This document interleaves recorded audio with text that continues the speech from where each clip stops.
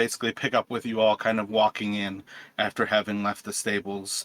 Again, as far as the actual ambiance and the setting right now, you are early in the month and it is nearly pitch black with next to no moon out at night. And it is just the 4th. And basically, like, right after the aurora kind of gave out, it's still pretty early in the actual evening here.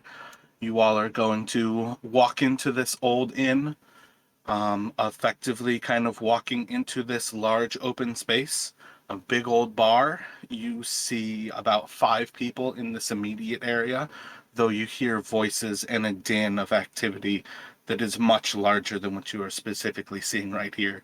As you see, I probably could have revealed a little bit more of it, but you see that there is basically a set of stairs kind of directly ahead of you, and beyond the stairs another kind of like dining area that is beyond and relatively open to view from where you all walk in that lower right hand side, the lower southeast of this map. But other than that, as far as this initial evening goes, you all are walking into the local inn here. I think that big old star thing is supposed to be a pillar, kind of like a roof above. You see like a small desk, a gentleman sitting at the like in front of the actual hearth, the big old moose head kind of hanging from it. There is a bard in the northern side of the screen who is playing some bagpipes, as well as he has a like double pipe that he is smoking. Quite a skilled individual. And then you see a couple of people at the actual bar and a old man behind the bar. But other than that, you all can walk in and go about your evening here. So is it here we're walking from? Sorry, bottom right corner. Yeah. They had like a massive like portico on it, and I just didn't see a reason. It was like almost a third of the map extra to the right, and it's just like an entrance hall. It seems kind of weird to me. So I was like, yep, I'm gonna cut that off. Just to impose their wealth upon the rest of the people. Just to look how lavish I am. It seemed like a really good way to waste heat, so yeah, I definitely feel like that's what they were going for. Seems like in a place that would be completely frozen, you wouldn't just have extra places for the wind to hit. Unless it was like an airlock. Space Jammer, the Icewind Dale edition.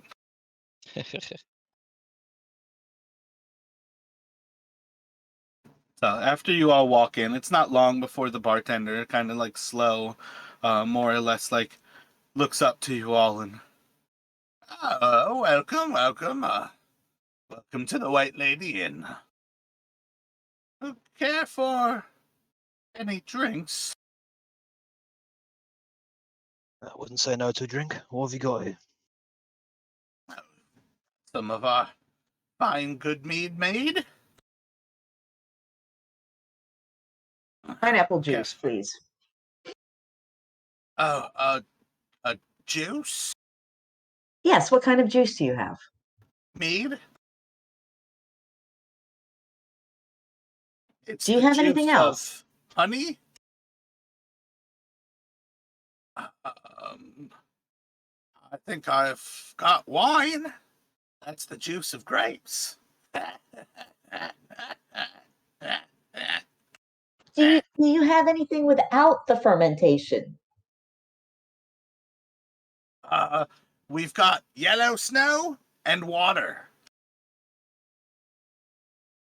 I bet a fine folk like you really enjoy some yellow snow. You just devour it up. Have we met before? All right, what do you have in terms of food? We've actually got a stew going. It's a very nice knucklehead trout stew. It's got a little bit of knucklehead trout, and well, that's pretty much it. There's some pine in it, but knucklehead trout. We really need to go south. Oh, it might be the wrong adventure for that. You're kind of locked in here. there's really not any options in Icewind Dale. It's pretty much what the Rime of the Frost Maiden does. Eternal darkness, and you can't leave. By the beard of Shah, is there anywhere there isn't serving fish around here? If you kill something, you can probably find a way. I've actually heard Dugan's Hole's got a couple of really smart wolves going after him. They'd probably be good for some food right up until you finish it, and then there's more trout. You are quite the salesman, my friend. I will try your knucklehead trout stew and an ale for me, and whatever the rest of them would like as well. We would also like to secure a room. Do we do that through you? Oh, yes, yes.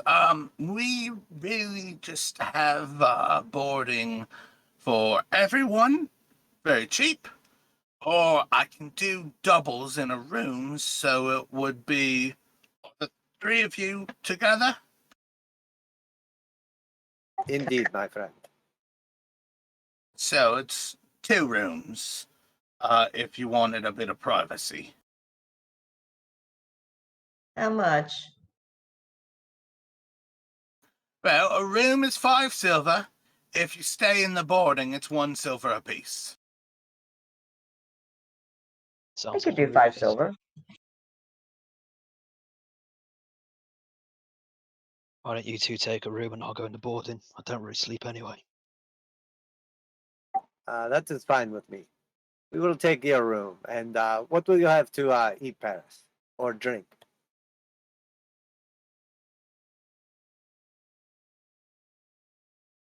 I think we have mead and knucklehead trout, and that's pretty much it.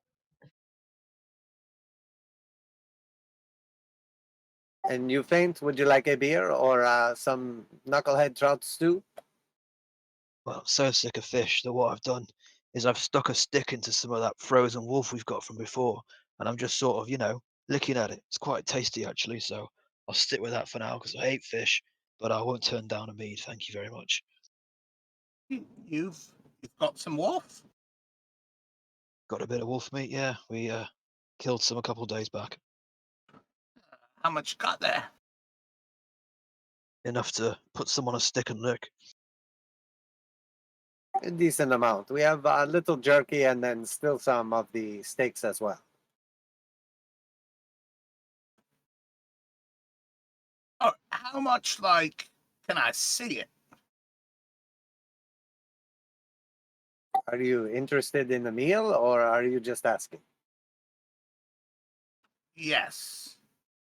I'll pull out leather, whatever the equivalent of one ration worth of the wolf jerky would be. It's fresh, only a couple days old. Wild wolf, no doubt, but the cold keeps it fresher. Oh, maybe we have a communication issue. Do you have bulk wolf? You killed a wolf? Did you take the meat from the wolf? Do you have wolf? Yes, Yeah. yes, of course. We have a few pounds of the wolf, yes. He's gonna lean over into Paris's face. You have been complaining about the knucklehead trout. I'm going on 2 years of eating just knucklehead trout and a bit of pine dropped in the water. I could really go for some wolf. Sure then, maybe you can make it into a stew. I jam another stick into another lump of frozen wolf meat and offer it to him. It's quite tasty like that. How much wolf do you have on you? Just checking. I believe we got two, what was it, two big back straps? Yeah, but did you guys mark down a weight? I feel like I would have told you a weight at some point. Yeah. You definitely Ooh, told us a weight. I think I converted it into rations at 1 pound per ration.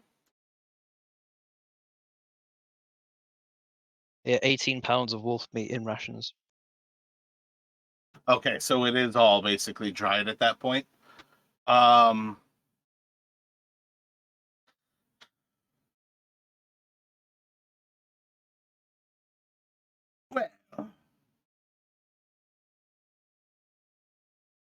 you old couple of stews. Just gonna look over to Paris. You don't drink mead? I was hoping for some sort of juice, like I've heard about pineapple or maybe um apple by itself or something Do like. pineapples grow in snow? No, but I had Apples grow hopes. in snow? Look, you've got to have malnutrition if all you have is trout. Yes, that's why people hate this place and everybody's depressed and dying slowly. Because this fucking god has turned off the sun and it's killing everybody here.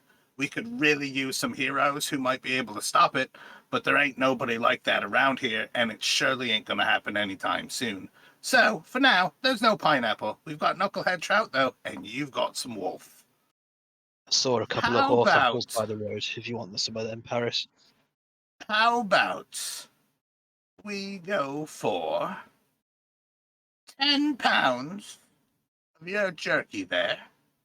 I'll give you all 2 rooms for the night, and you can have 8 meads.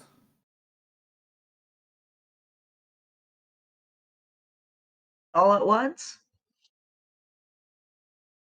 I don't know about that. I mean, these rations are worth quite a lot, to be honest with you.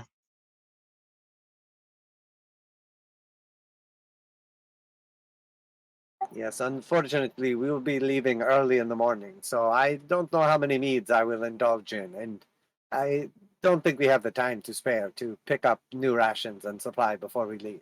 Perhaps we can just give you some for yourself, and you can enjoy it. I was hoping to be able to make a profit by making food for everybody. Well, alrighty. I'll take a ration from you. You can pound to give me the gold for the room. And you're staying in the common room. First round of drinks on me. Sounds good. We have a deal.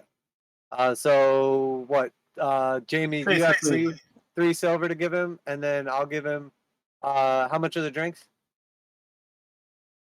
Oh yeah, shit. Yeah, you guys are doing a single room, so it's not even a gold at that point. It's just 5 silver total. Yeah, I subtracted 5 silver off mine. I don't have very much money though. It's not like before when we were rolling in money. Okay, so how much for like let's say 2 rounds of drinks for tonight? It's like 2 more rounds of drinks if you bought them right now is 2 silver. Like for 4 drinks. Okay, so I'll pay for that.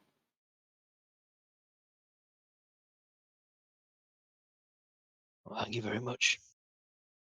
That's quite nice of you. Thought you weren't drinking. Who, me? Ah, the little one. Now I'll drink something. I have to drink something. The broth of knucklehead trout. Oh God.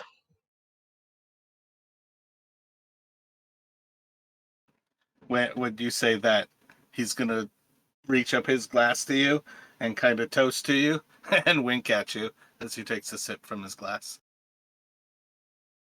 I'll do the same back.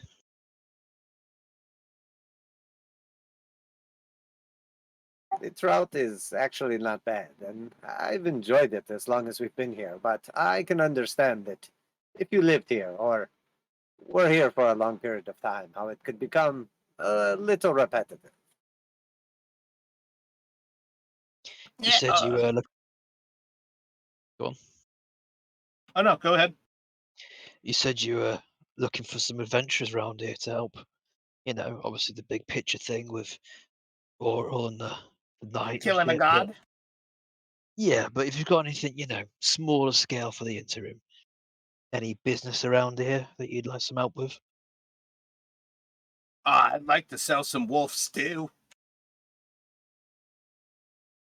Well, my supplier of wolf's holding out on me. He's gonna wink at you again. Do you I'm know gonna get anything about the fishermen that have been going missing recently? I've heard little bits of it, but it's pretty regular for people to die. He's gonna look over to Paris. Malnutrition and all, because all we have is trout. I'll lift my glass.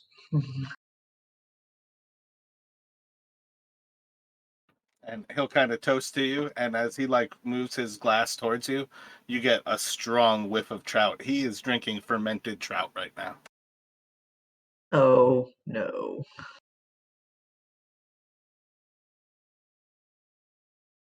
No rumors or tales as to how they found their demise, I suppose? No, usually when people go missing, they go missing so they don't have anything to tell. Because they're missing. Well, I think it's happened about over the last 10 days. But that's just when it's been mostly fishermen. We've got quite a big population here. Locals probably go missing every single day. Every day? It's Icewind Dale. Laurel is a bitch. And it kind of looks around the room real quick. A lot of people think that if you say shit about her, that you were worse than the curse. So surprised that you're being so outspoken about it. Well, they haven't burned me at the stake yet, so I think I'm doing all right. Just went through a sacrifice, so they gotta have a good memory if they're gonna remember to go after me. So that's what it was that they were burning in town. Was it a sacrifice? Is that for oral? No. We're late on the sacrifice of Oro. That motherfucker was killing people.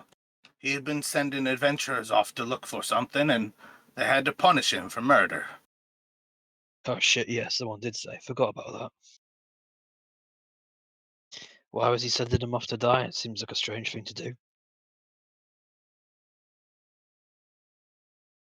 Rumor has it he wasn't sending them off to die. It's that he killed the ones who found what he was looking for. Seems all very strange. How many adventurers do you reckon he killed? Well, I think they said on the... I think they knew of 3. But it's hard to tell, because he was sending them away. So there might be more out there still looking. Well, they might already be dead. Probably dead. You walk around in the tundra long enough, you're gonna die. Yeah, it seems pretty likely I'll turn into something worse. Where are you all from that you're not dead yet? Well, I mean, originally I'm from Waterdeep. Came here a couple of weeks ago with these friends here, and yeah, we've just been traveling the 10 towns since then.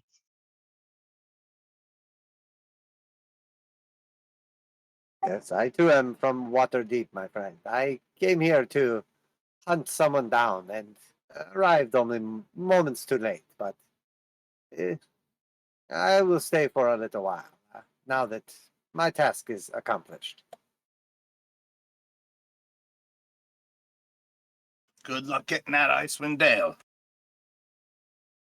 I was planning to leave tomorrow, but I will probably stay for a couple more days here with my friends. That's a good choice on your part. Better to choose to be unhappy than it is to try to leave and find out that you're still fucked.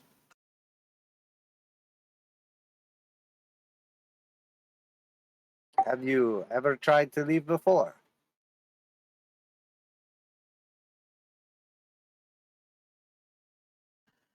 It's a funny thing living on these parts. We're right at the edge.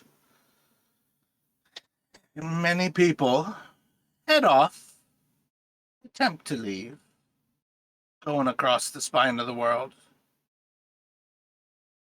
but never hear anything back. No real signs of anybody making it out. But I guess maybe dying in the wilderness is making it out, in a manner of speaking. Or maybe they just leave successfully and turns out this place is a shithole, so they never come back to brag about it. That too. Could be it. Probably they died. Probably they died. Feels much better if you're stuck here to say that they died. That way you don't think about trying to leave and dying yourself. Of course, I must agree. I will probably turn in early tonight. We have an early morning, and I am quite exhausted.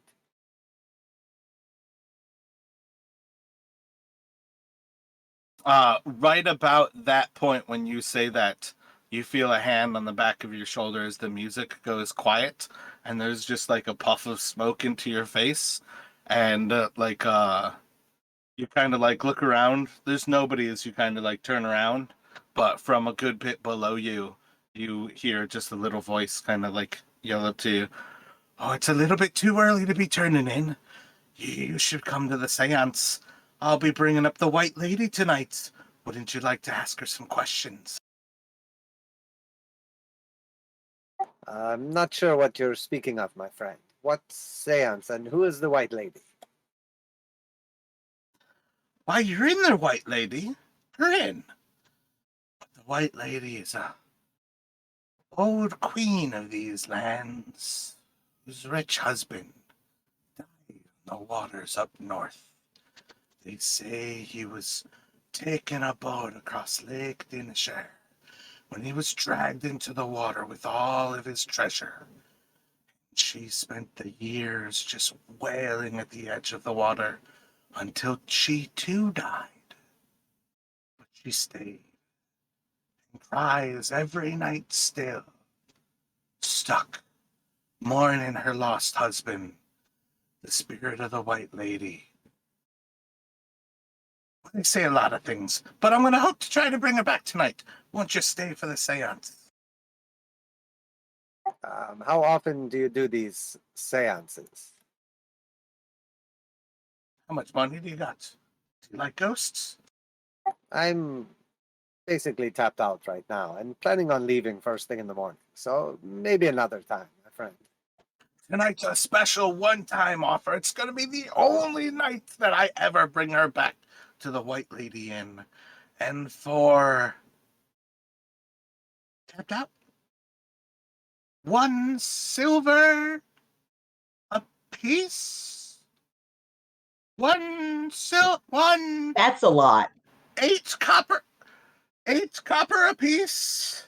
You too could see the White Lady of Lake Dineshire.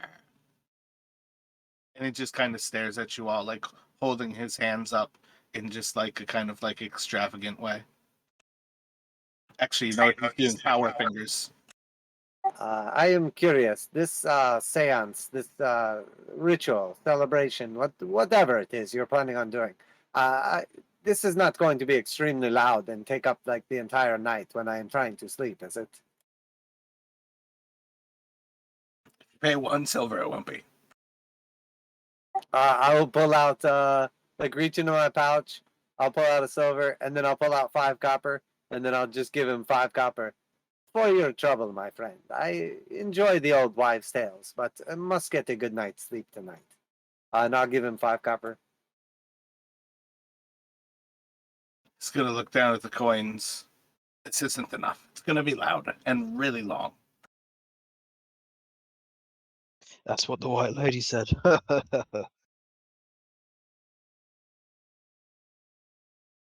Well, then I can just take the 5 copper back. Or you can hush it up just a little bit when I'm sleeping tonight. The truth is, it's more of a friendly gesture than a request. She really doesn't like people sleeping when she's awakened from the dead, but your loss. So, have a great night's sleep. And then he's going to kind of look to the other 3, and he's just going to kind of call to them real quick. Garrett, Ryan, Ariana, let's go. Everything's ready to go. And they're going to walk off to the other room. Good luck summoning the devil, my friend. Oh, that was peculiar. Uh, Never do, approached. do either of you have any interest in this ceremony? I really need to turn in, but if you care, No, I'm fine with calling it a night here. I mean, I was pretty confused about why they think we want to see us or see them summoning a dead woman. Bit of a strange thing. Unless that's some kind of, hey, barkeep, is that something he does here every night?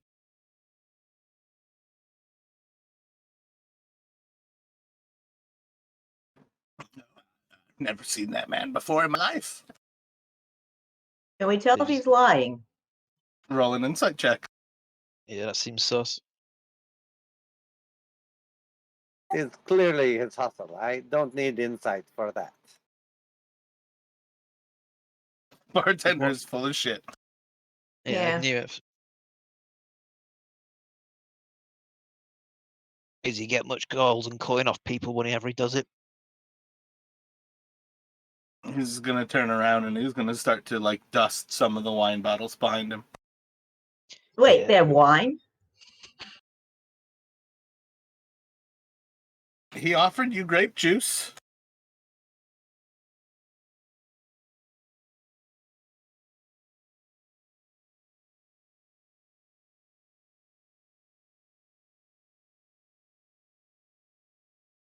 Yeah, definitely a hustle. Well, why don't we call it a night? And if you two want to get some rest, I'll meditate with my back up against the door or something, just in case anybody tries to come in or some shit, you know?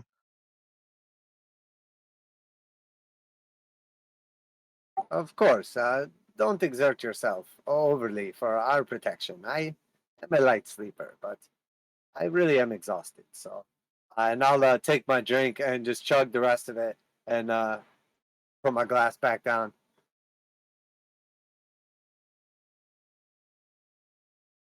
So he's going to send Faint towards the front room, back towards the entrance. And the like barrack sleeping is up there. And then the other two, he will send you through the actual main hall and up to the stairs where there are rooms up above. And he'll basically give you a key to room 3.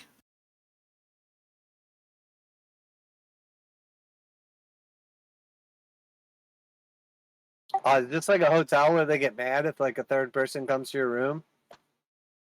Yep, if you see Faint, if he sees Faint walking in that direction, he's going to charge you guys 5 extra silver.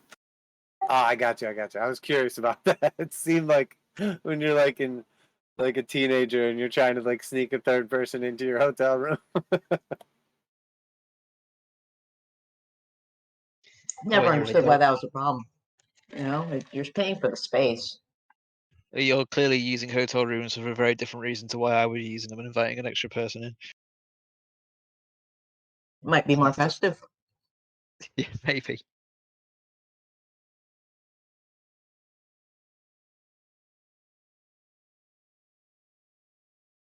So when you all go to sleep, you can take a long rest, and we will pick up with the next day. Okay.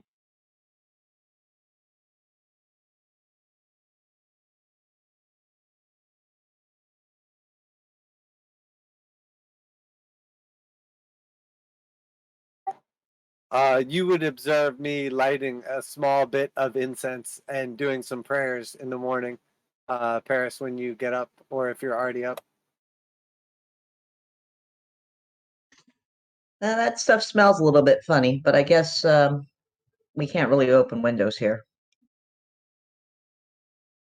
It's actually quite high quality incense. Only the best. My family has access to some nice goods, and I still have some here. I truly enjoy the way the way it smells and makes me feel. If you run out of incense, are you going to start burning fish? Let us hope that it does not come to that.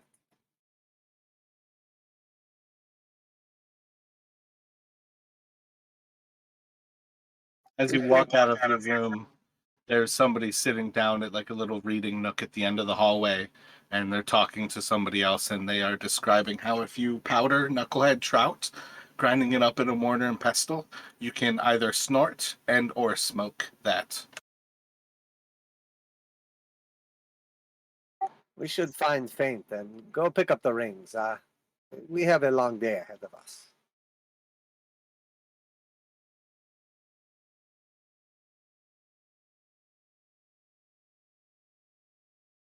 As you meet Faint, you see him doing a fat line of fish off the table.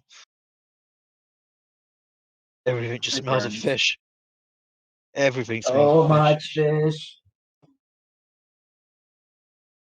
I knew I ate fish. This is too much. Did you just snort some fish scales? Well, yeah, I mean, I only meditate for 4 hours. I've had plenty of hours to kill, and curiosity got the better of me.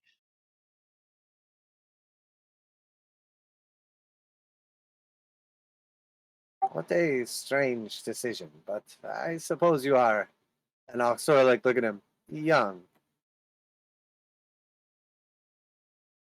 No idea what you're talking about. Anyway, let's go get these rings, and then I think we need a plan for what we're actually doing today.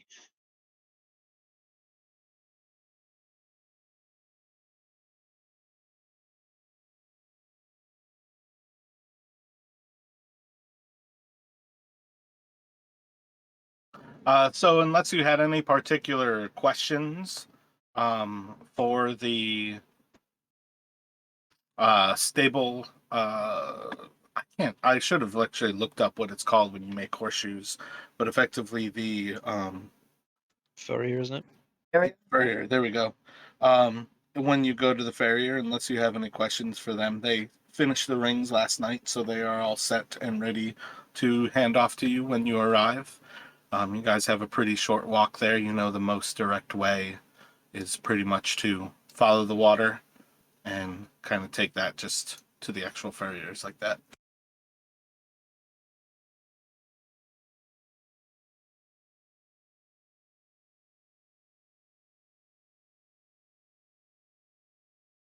Here, Paris, wear this, and when the time is right, we will try the spell out. Once I have studied it further and have the ability to use it. All right, thank you. What do I put in here? Ring of what? Basically, just add a paired platinum ring.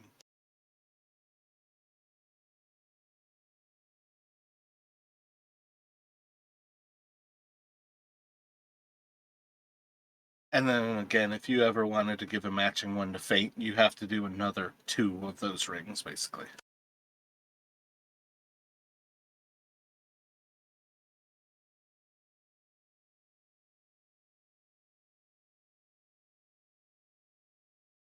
So when you all are good to go, you can head off to the town hall to speak once again with Imdra.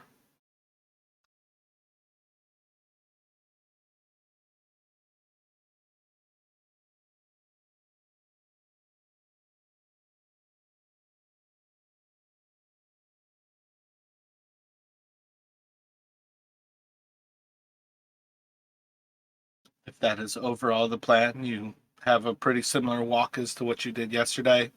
The easiest route is more or less heading out, like on the kind of outskirt of town until you hit that main road and essentially turning off to the northwest.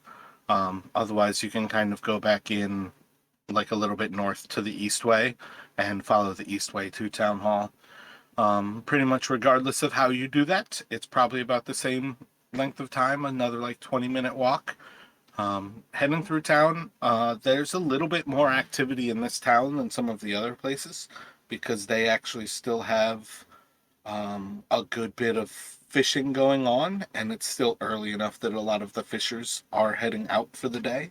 But you pass by the occasional person. It's definitely not an active town, but eventually you can make your way to the town hall. Going back in through those main doors, you do see 2 of the same people, being Daneth as well as Imdra. and they seem to have like a little bit of a line of people who are actually waiting for them.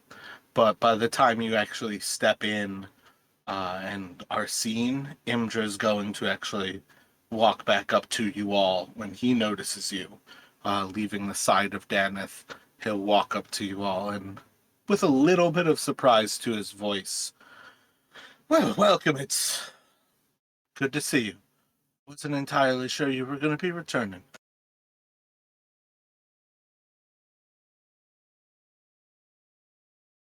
Of course we're going to come back. We're like a bad penny.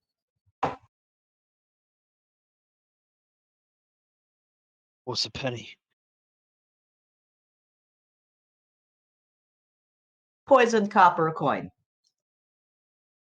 Sounds pretty fucked up.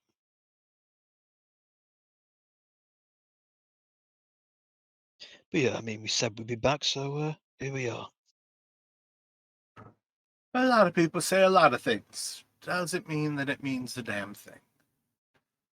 I thought you all were afraid to investigate the fishers. Sounds like it could be fun.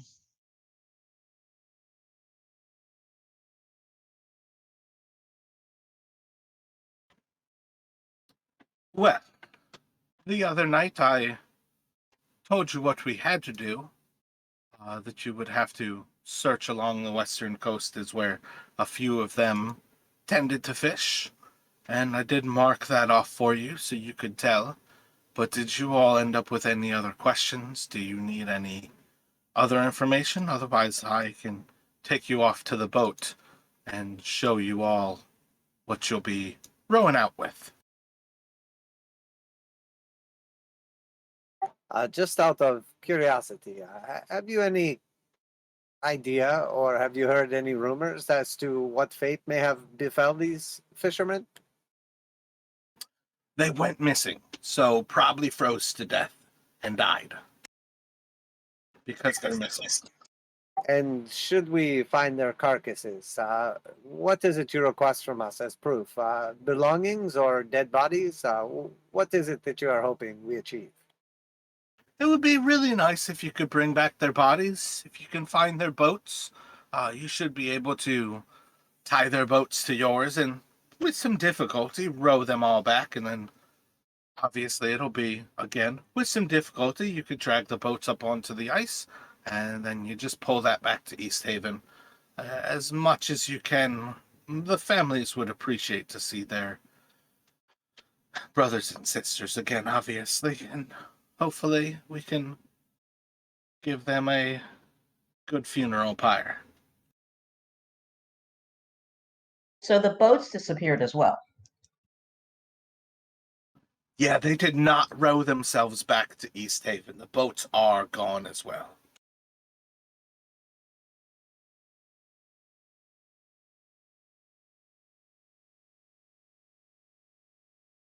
If you find no sign of them, you can come back. Let us know. We don't have quite as nice of a reward if there's no sign, but there's certainly some level of we would appreciate somebody being willing to go and take a look to see what they can find.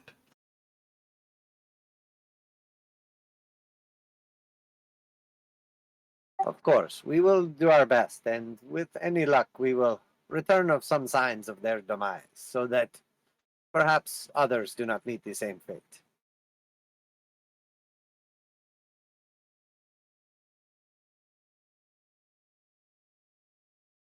Wonderful. Excellent. Good to hear.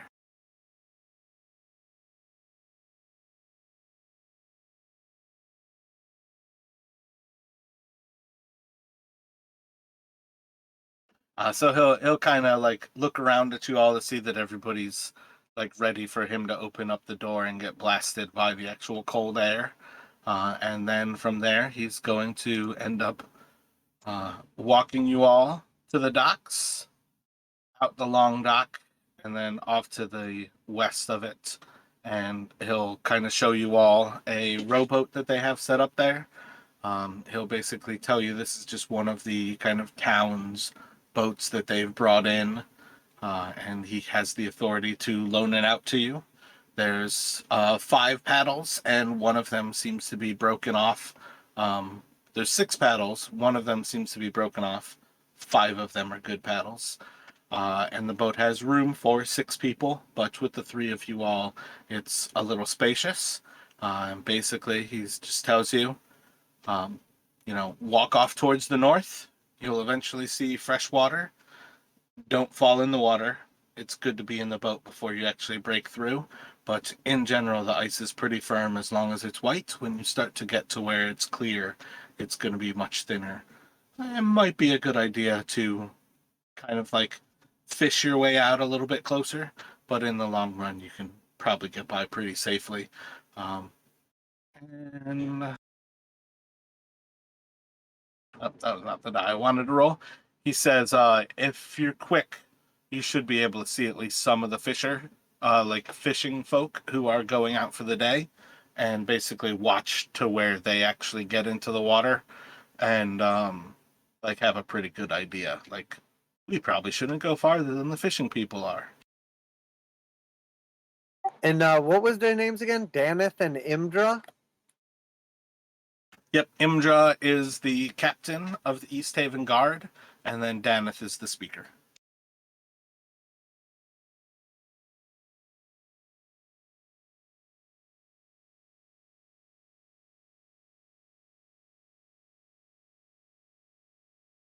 Kind of Wayland, doesn't it? Waylon, yep.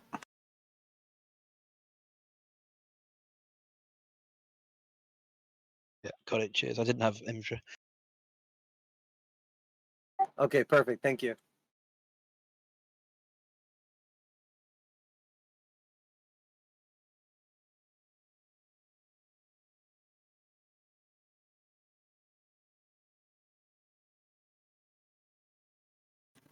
So are you all otherwise prepared to head off and start trudging your way towards the north? Yeah, I'm all set. Everything looking good here. Are Ready to we go? going out in a boat or are we walking? Like, it's iced out for quite a while, but you have a boat for when you get to the water, and then you are going to investigate predominantly from the boat. As we're dragging the boat with us, I'm just gonna be doing some sort of trials and some tests to see how well it slides in preparation for my boat ski idea. Just experimentation that you do in product design. Yeah, the thing is a better idea. And I'm going to try to keep my eye on other fishers and sort of not obviously just like trail them, but just kind of like take their lead. Do a perception for me.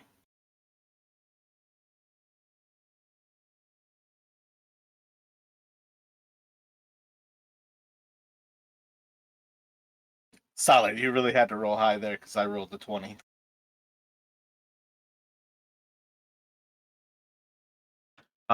So yeah, as you all head off, you kind of just like keeping an eye on some of the closest ones to you all.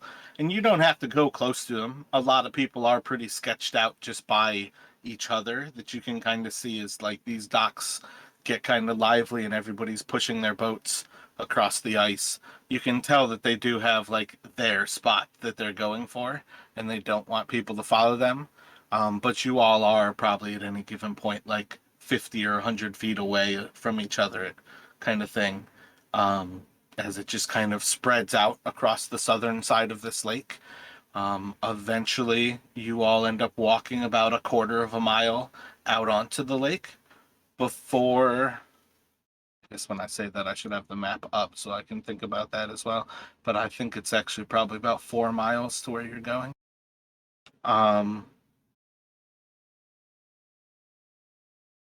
Yeah, quarter of a mile isn't crazy at all. So it's like probably about like a quarter of a mile out that you all are walking to.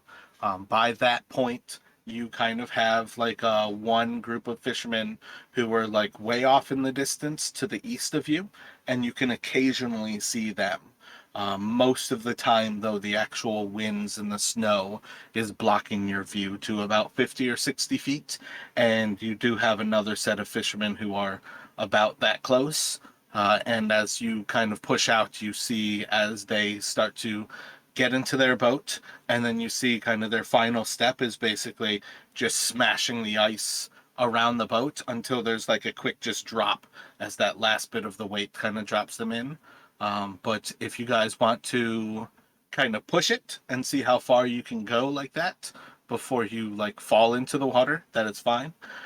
If you all are basically getting in early, just let me know what you're thinking. Like, how close to the edge do you think you'd like to go? How do we get the boat in the water besides falling through? Well, that's That's what what he's I'm asking asking them. right now. So the choices are: we either go up to the edge of the ice and push it in, or do we break the ice and let it drop in? And I think we break the ice. Otherwise, the ice might break underneath our weight as we're pushing the boat out and we'll fall in the water. So I think we should get towards near the edge of the ice and then break it so the boat drops in. Yes, it does not seem like a bad idea. Paris, you are light and small. Jump in the boat, and I will take the front. Faint, you in the back. You are rather light-footed, I see. And when the time arrives, if we get in a little too far, I'm quick enough. I can jump into the boat without fearing the cold. Sure, we'll try that. So you're looking to have Pass inside of the boat, Faint at the back, but outside of it, and Ezekiel up front, and you're going to be pulling the boat from outside. Yeah, I'll pull it in, and then like when it starts to get a little shady, and I see like the ice is more clear and less snowy, I'll like reactionary if it starts to break or whatever. I'll jump into the boat. So let's see. Let me have a perception check, but with your insight bonus. So it's really just I think that might actually be the same question realistically. Yeah, it's the exact same. Do you have a difference between your perception and your insight? My insight's an additional +2. Yeah, so that'd be a 24. Yeah, so you're basically able to walk up right to the edge of the ice, and you actually feel as you take one of those last few steps, you can hear the cracks coming from below your foot as you step towards that point, and you can basically start to slide the boat actually into the water as it kind of gets in front of you a little bit. You like see as it starts to crack out. Just do a dexterity check for me. Yep. So you have like a seamless entry into the boat. Um, and again, that's like you doing all of the work. Faint is able to just get in when you get to that point where you like hear the ice cracking. So you guys like launch it almost like you're at a boat launch, like on a beach. Too bad no one is around to see that. We did it like pros. Excellent job, my friends. I mean, we saw it, and that's all that matters, right? Are there any fisher folk near us who can see how stylish we are? There's the set who's off to the east of you. Um,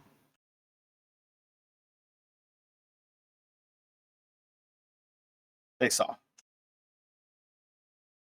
Don't look. Cool guys never look at fishermen.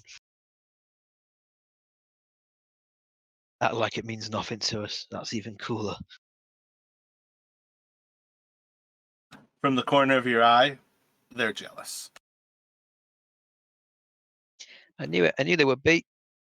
They're still back on the ice, like about like 20 feet like away from the edge of the ice, and you can see them. They're kind of like pushing themselves on with their paddles, trying to just like slide over the last bit, and you can tell like they're worried that they're gonna bust out like a sweat, and you guys just like moved right up to the edge of the water.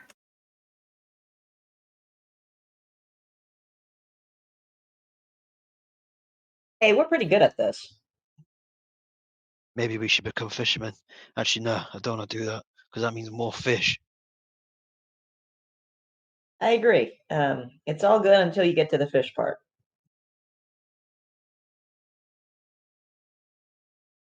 Don't know why I came here. Somebody who didn't like fish to start with. Well, I'm not keen on dark and cold, but we seem to be here, so let's figure out what we can. Dark, cold, and fish. That's this entire adventure. Right. I don't understand why anyone wants to move to this area. I mean, who likes dark, cold, and fish? They're quite literally actually- all criminals. It's actually not that bad. I understand that it could probably wear on you after a while, and having the ability to generate my own light is kind of nice, but I don't mind the darkness, the cold, or the fish.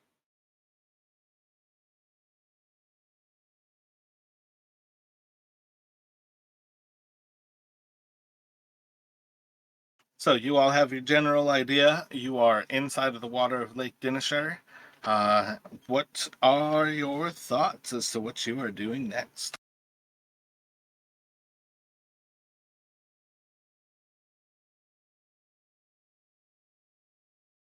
Well, I suppose that if this was going to be easy, the reward would not be that good. So perhaps we should try to make some decent tread around here and look for signs of either a deserted boat, frozen fishermen, or I don't know how deep the lake is, but perhaps something below the ice.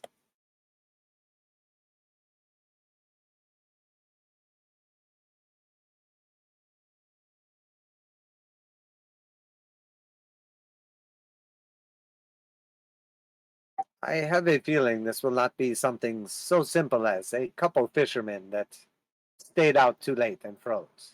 I would imagine that the others here on the lake would have stumbled upon them, or at least their remnants. Yeah, you're right. Nothing's ever simple around here, it seems. Always seems to be something afoot, especially with all those things coming down from the mountains.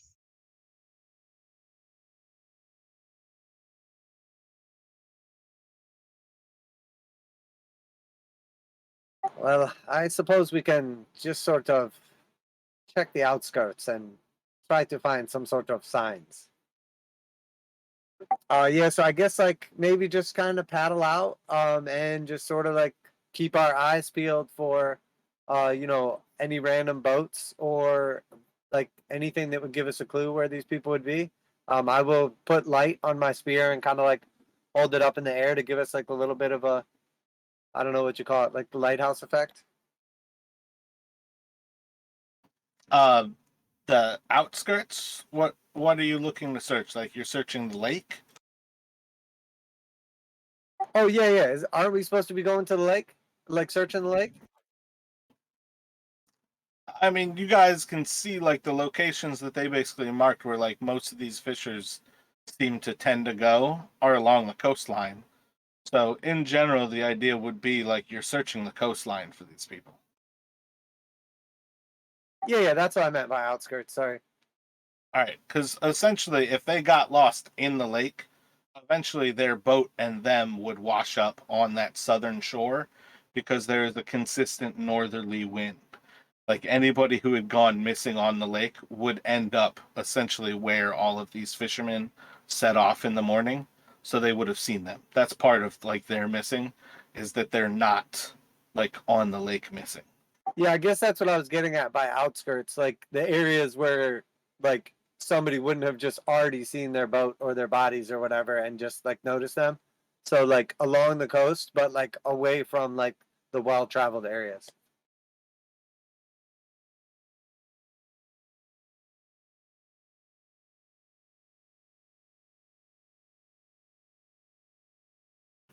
So yeah, let me get another perception check from Ezekiel. Everyone, keep your eyes peeled. Look for boats or signs of life. Perhaps smoke or fire or bodies, anything. Or splashing.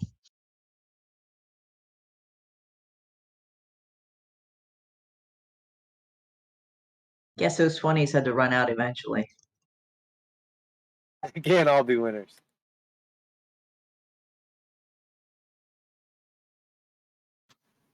So you spend the next hour or so kind of paddling in the general area of like the southernmost of those. and more or less kind of getting to what you feel like is that area of coast, and like searching for a little bit of it. Doesn't really seem to be any good signs of it. The weather itself kind of does pick up where everything gets far more difficult and you're kind of like scraping against the edge of the ice on that easterly side of Lake Dinishar. But as far as things go, with the actual winds and how the water kind of laps up against it, you are still closer to the actual shore. So there's occasions where you actually have sight of the shore. It's much less ice kind of built out from the land in those areas. So you see some of why these people come out here is that most of this area is kind of like a cliff face. But again, like for much of the time, you can see probably about like 30 or 40 feet.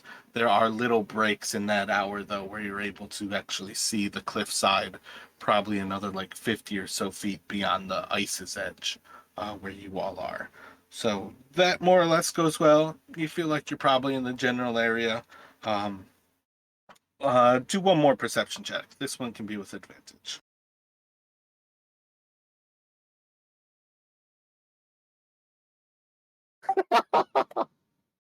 Nailing it, mate. How do I always roll like that? Like the same numbers? I don't You're know, a but wizard. we'll say it's a snow. So moving around the area, there's definitely bigger breaks in the actual snow around around this time. You get like a little bit more distance of what you can see.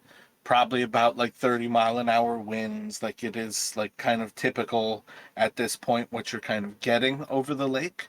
And everything is a little bit colder, but you start to notice that there's different points where you could see uh, places you could land a boat on these edges. And occasionally you see signs that there might actually be pockets where there might be like an actual cave. But at some point during this, you all are going to pick up that there is something flying overhead, and it is just outside of you most of the time. But you occasionally see wings kind of above you all. But I need everybody to roll a wisdom saving throw. And I think in particular, Faint would have advantage. Hooray for How advantage. big? How big is this thing that's flying over us? You don't see. You see signs of wings. That's kind of it.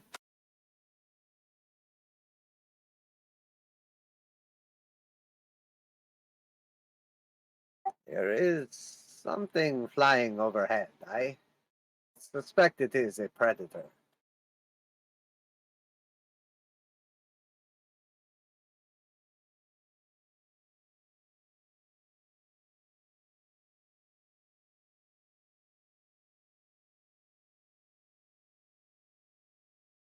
So you said you were going Ezekiel in the front of the boat?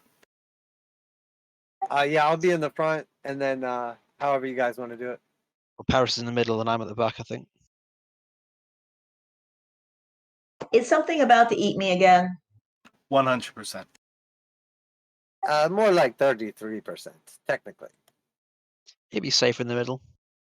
And Well, there's no ice throughout. Sorry, I no ice probably around look my the most like, food.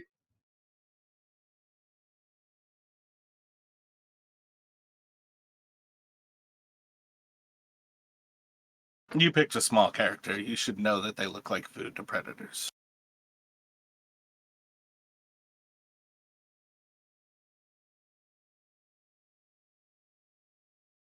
So you all can select your tokens and go ahead and roll some initiative.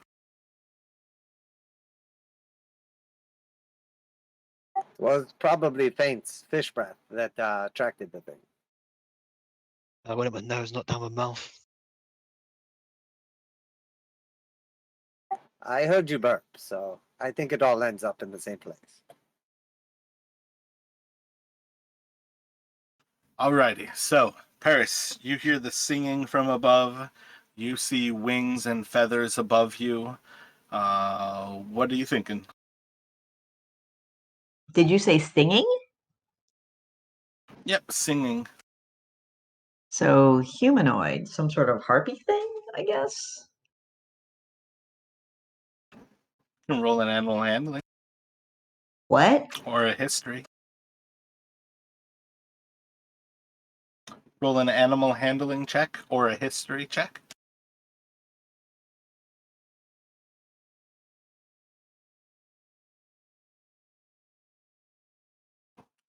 Yep, you've heard about these and some of the monks of your order having come across these creatures before. Winged creatures, a soft voice in the wind. You're pretty sure you're about to fight some harpies.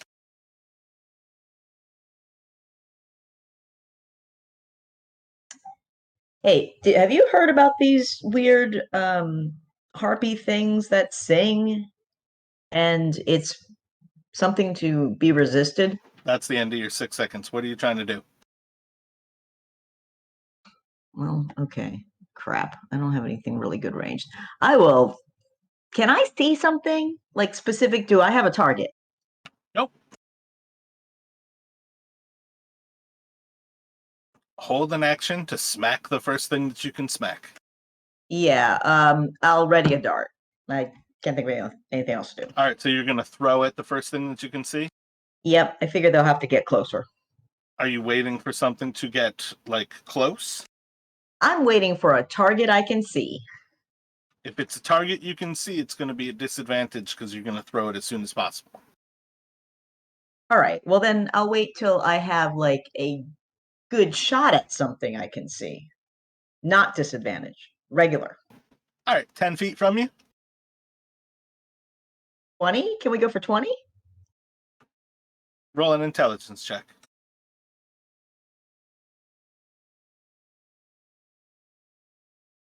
You're going to throw it at disadvantage because you're throwing it 25 feet. Okay. Ezekiel, you hear the singing. You've just heard Paris reference harpies. What would you like to do?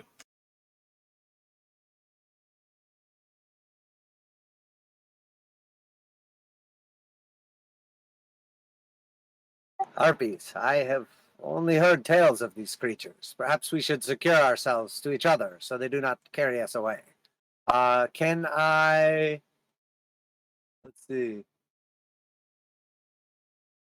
Can I use a free action to pull out my rope and like pass it to everybody, and then just hold an actual action?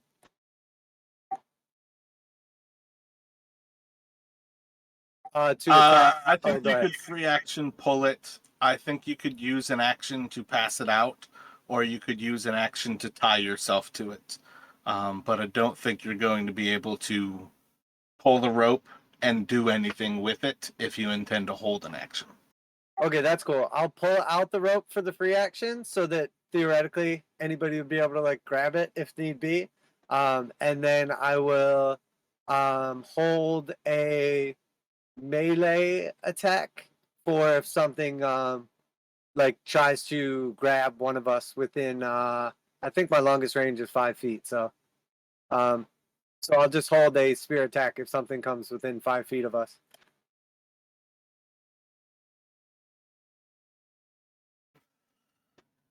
Alrighty. So you're somewhat defending yourself and Paris.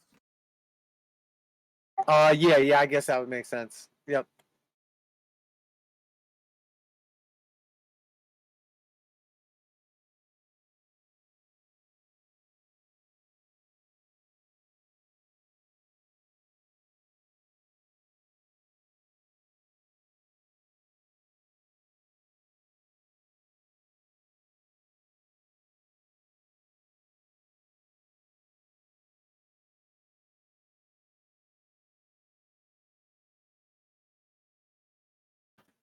So one of these creatures is going to fly down from above you all, and it is going to swipe into Ezekiel.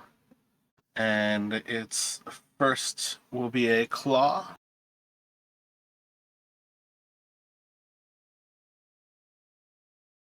With a 15's a big ol' miss for you. Or wait, is 18 that's with a a miss. shield? Or wait, 16 with a shield? Or is it... It's 18 with my shield. Oh yeah, 16's your hit point. Okay. So right now with your spear out, like your spear one-handed spearing, right? Yeah, I'm shield and spear. Yep. So you can take your reaction here. Oh, okay. I'll just try to poke it back then. And then also solid. And also Paris, you can throw your dagger again at disadvantage as you try to judge it. You throw a little bit early. Solid hit.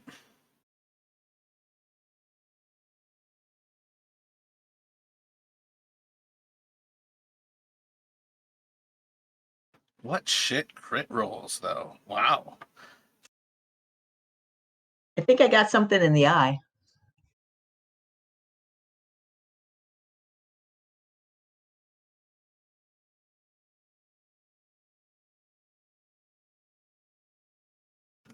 And then it's going to swing a club at Ezekiel, and that is a will miss. And then it's going to go and fly 20 feet up above you. So I'm gonna just opportunity attack it when it goes to leave. Then You already reacted. Oh, I got you. That was my reaction. Yeah, how these things fight, you guys really don't want to hold actions because you get to opportunity attack them pretty much guaranteed. And it's going to go to Feint. All right, so you said it's flown 20 feet up in the air, and I guess it's like, what, about 5 feet away from you horizontally, so about 25 feet away? Yep. I'll just shoot it with my bow.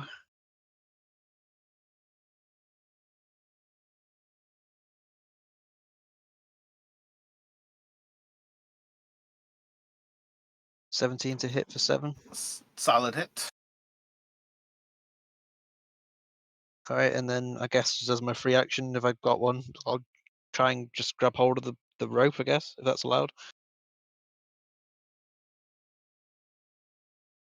Just going to grab it like basically you're holding the rope with your hand. Yeah, effectively, because I haven't got time, I guess, to like wrap it around my arm or whatever, or wrap it around my foot. So above you all hear another voice adding itself into this song, and I need everybody to make a wisdom saving throw, and again, Feint at advantage. Oh shit, that was because I had all that time to think about my turn. I forgot what my original plan was. I was going to say I was going to try and like stuff something in my ears or help cut my, but it's too late. But I'll remember that for next turn. That one to do my free action was to try and cover my ears between turns or something. But Oh dear.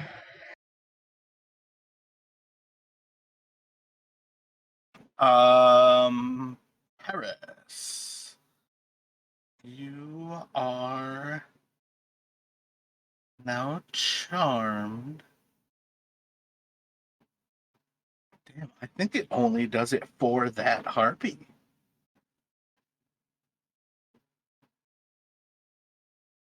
Nope. Okay, you are incapacitated. Okay.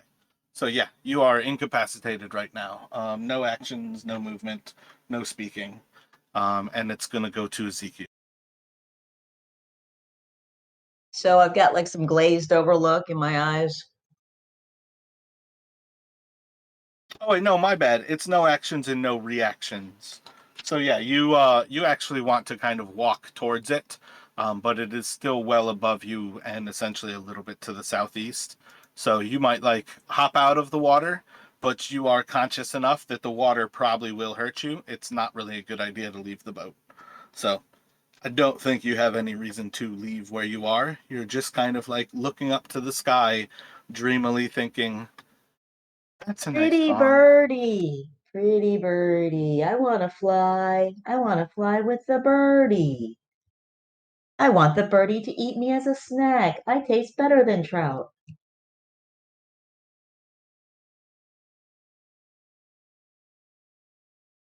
What would you like to do, Ezekiel? Oh, so would you say it's about 20 feet up then?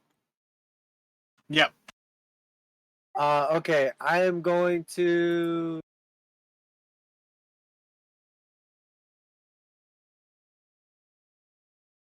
I will hold up my shield, and I will just say like a little prayer as I hold it up in the air, and you'll hear something to the effect of "Bless me and my companions, that we may survive this encounter." And I'm going to cast Bless on all three of us. What are you casting? Okay. Bless. So we each get to add a D4 to our attacks and saving throws for 1 minute, I think. You know, before that actually takes effect, Paris, you actually get a save at the end of your turn. So do another wisdom save.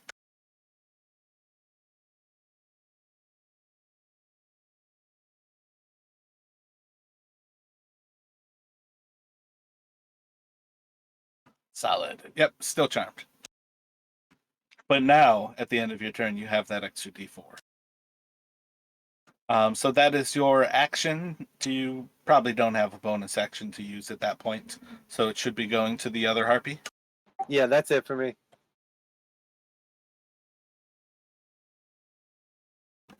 More or less kind of in a rage, it is once again going to swoop into you, and it's going to claw and then club.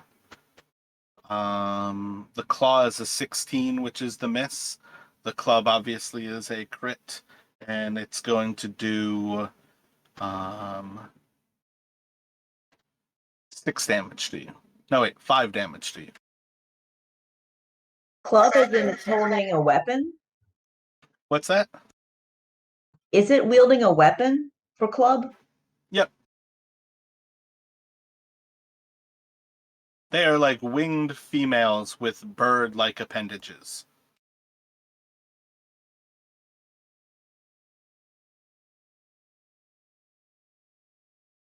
Sort of reminds me of my brother's getup. And then again, it's going to fly away, so you can take a reaction attack at it with your spear.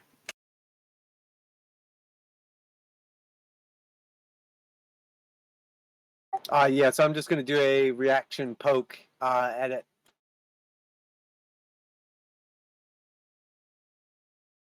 And on that one, it's going to... Oh, son of a bitch. Fucking bless. Solid strike. 9 damage. At that point, it's pretty severely bloodied. Oh, and bless is gone, so that is not a hit. No, I have Warcaster advantage. Dirty fucking whores. So, solid chain of event. Not only are you able to cast the spell with spear and shield in hand, but you are also able to maintain concentration through that little attack. It is looking severely bloodied, pulling back up into the air, and it's going to go to feint for an arrow. Feat's already paid for itself there, mate. So yeah, I'll just shoot at it. Yeah, I mean, Warcaster is insanely powerful, especially on clerics.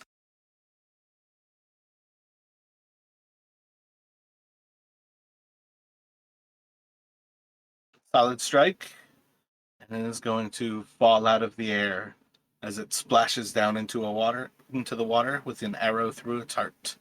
You can mark off 2 arrows there. All right, And cool. actually, Paris, mark off one of your darts. Those ranged ammunitions are all going to be lost. In general, anything else from Feint here? No, I was going to say, well, I think we know what happened to the fisherman.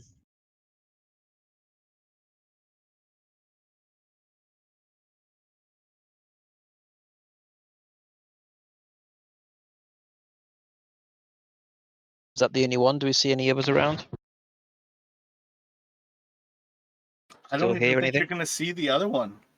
It literally flees once its mate is killed. So I don't even think you're going to see it. It's just going to fly off. And you're basically just going to see as for the next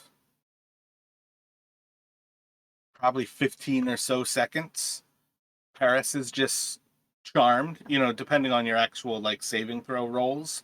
Paris is charmed until about 15 seconds later, it's going to drop. So, you could make 2 more saving throws for us, Paris. You might be uncharmed earlier, but otherwise she's just charmed until it flies too far away, and its song is kind of lost. Yeah, so your next turn right afterwards, you kind of pop out of it yourself. About 6 seconds later, you were good. You all hear the actual song of the other one as it is retreating, but overall, the actual death of its mate was effectively enough that you have frightened off the other. So like Anyone see what? on my next turn after it hits the water, can I try to snag the body with the grappling hook tied to the rope?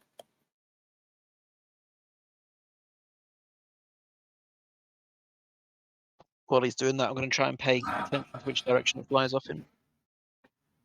You guys can't see it. You never saw that second one. There's nothing to pay attention to. You got the sound of it, okay? You can do a perception at disadvantage. You're saying you always have that grappling hook attached to the rope? Yeah, it's tied to the end of the rope. Like one end is regular, obviously, and then the other end is the grappling hook. You can do a dexterity check. It's splashing into the water, and I think bodies sink before they float, but we can see. Like not an attack roll with a grappling hook, just roll dexterity.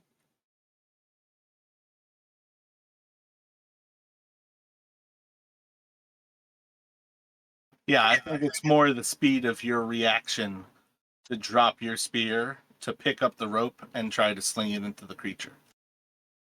Cool. Do I get to add bless to it or just straight up 16 otherwise?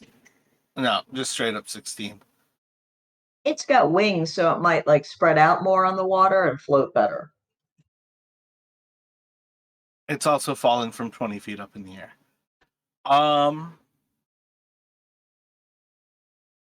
Sure, you're able to throw the grappling hook out of it and basically fish the creature from the water.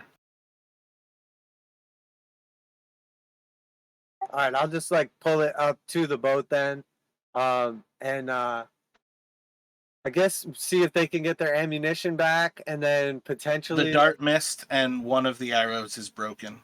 But you can recover one of the arrows, but you do have the body of the harpy. Okay, cool. So I will like just pull the harpy up to the boat then, and then I don't know what kind of like searching we'll be able to do on a harpy or anything, but like just basically like give it a look over. Roll an investigation.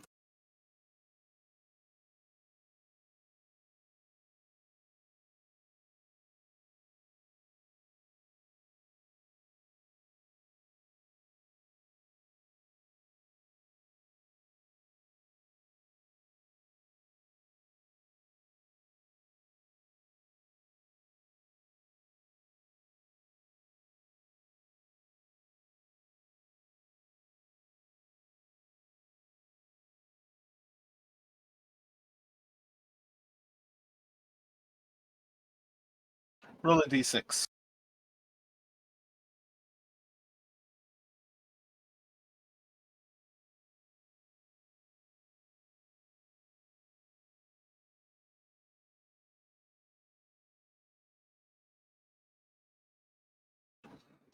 Inside of a small leather pouch that it has tied to its belt, you are able to recover 4 different gems.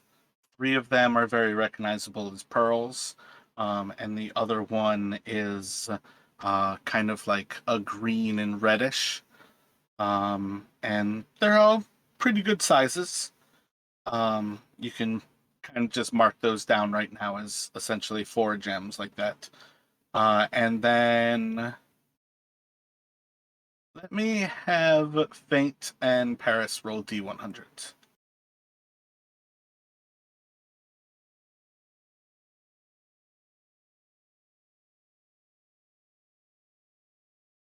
Yeah. And then roll just a die for me, Ezekiel. Odd is the first one, even is the second one.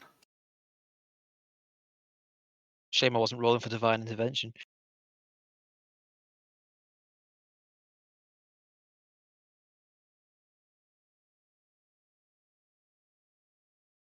So you find two pieces of parchment inside of it. One of them was on the outside and got far wetter and is basically disintegrated into a pulp.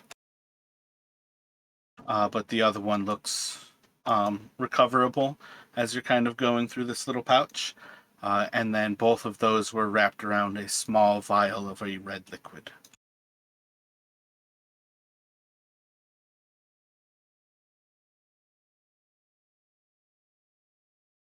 Okay, I'll like take the little pouch and like I'm assuming the one you said was just completely destroyed, but I'll just like take the little leather pouch, the gems, and the other parchment with the red liquid and just kind of like stash them away.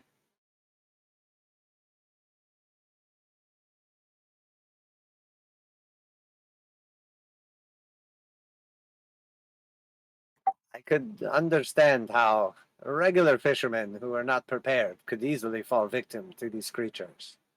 I found some gems, liquid and parchment. Perhaps these would be of use to us. And I'll take a look at the parchment. Can I see what it says or anything? Does it?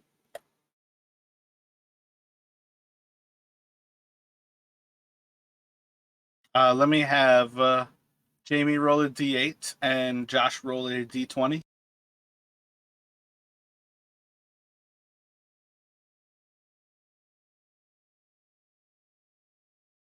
Well, it'll be good to take this creature back to the town. We can show them what probably happened to the missing villagers. Or just its head.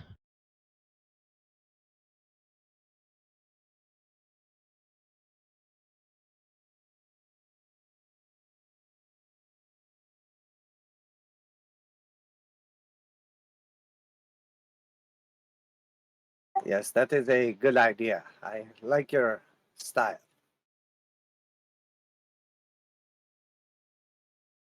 The way I see it, though, we're not done here yet. We know there's at least one more of them when it got away.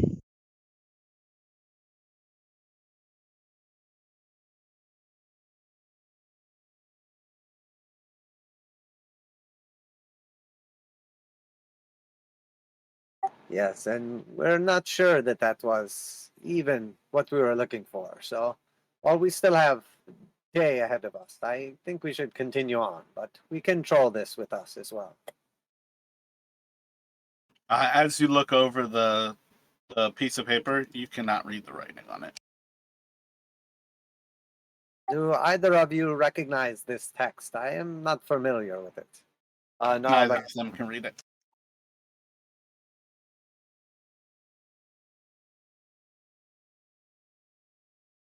Are harpies known to be able to write?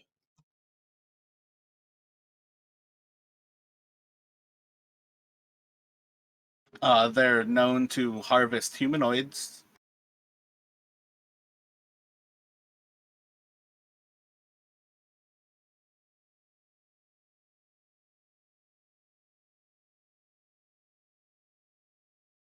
yes, perhaps they did not write this, but salvaged it from a previous victim. We can see if we can have it identified in time.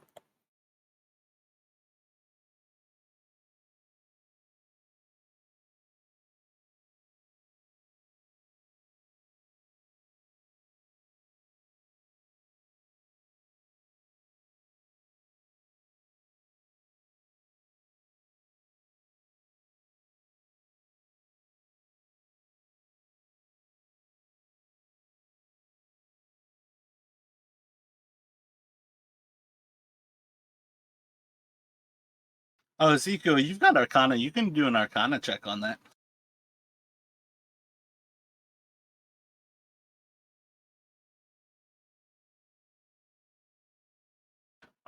You can understand that as arcane magic. That is a cantrip, a ray of frost spell. Actually, on second look, I This is some sort of arcane spell. Ray of Frost. Interesting.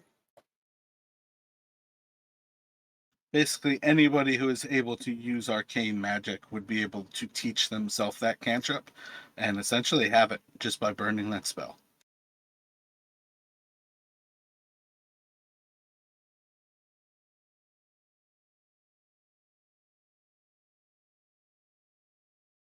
That uses the intelligence modifier, doesn't it? It would depend who's using it. Oh, that's pretty cool. I thought that I mean, obviously I'm wrong, but my interpretation had always been that that if it was a wizard spell and you're a cleric, it still uses the but yeah, that's pretty cool. If it means that you just uses your spell casting modifier, that's cool. Well, why I say that though is a sorcerer is an arcane magic user. So like a sorcerer would cast that using their charisma.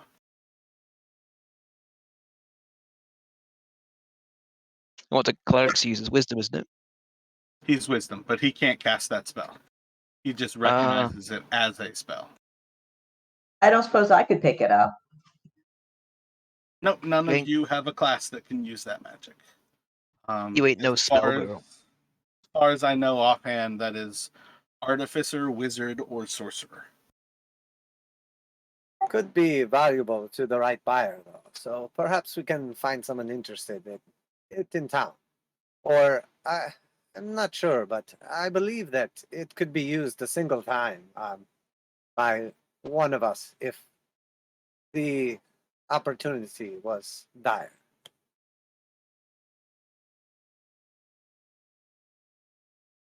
Is that right? Could one of us try to like cast it, but it would just like burn up the scroll? Is that how it works? There's certain levels of where I'm open to doing certain stuff like that. Um, Rules as written, they're designed that you cannot cast magic outside of your school. That's part of why I say you can't actually read that writing. You're able to recognize it as an arcane spell. You're able to recognize enough that I'm going to tell you it's Ray of Frost. But to actually be able to cast the spell in general, it's pretty much a hard no. The difference is like with the if I ever give out like a scroll of revivification, I'm usually pretty open to a really small chance of somebody being able to cast that to keep a character alive, burning that spell because it's a powerful spell. The diamonds are already inside of it, and if they fail, it's just burnt. So making it just like difficult to do is usually the type of thing where it's expending a lot of resources at a small chance of seeing what do the dice say. Cool. But in general, I think anybody who uses magic would know that if you're going to try to cast the spell that you don't normally know, you're pretty much just burning up that scroll with very little chance of casting it. Trying to cast something that is above your level, but that you can cast eventually, is difficult, but it's far easier to accomplish.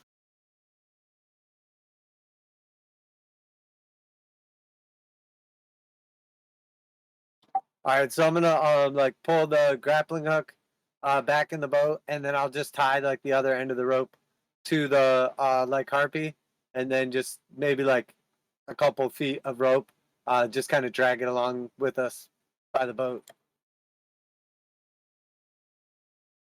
The harpies in the water. Yeah, I mean, I would imagine after we like search it. Well, I guess depending how big the boat is. You said it's big enough for 6 people. Yeah, that was a mistake. It's big enough for 4, so you have space to have the harpy inside of there. Yeah. I guess I'll just leave it inside the boat with us. But we got to make sure it's dead, obviously.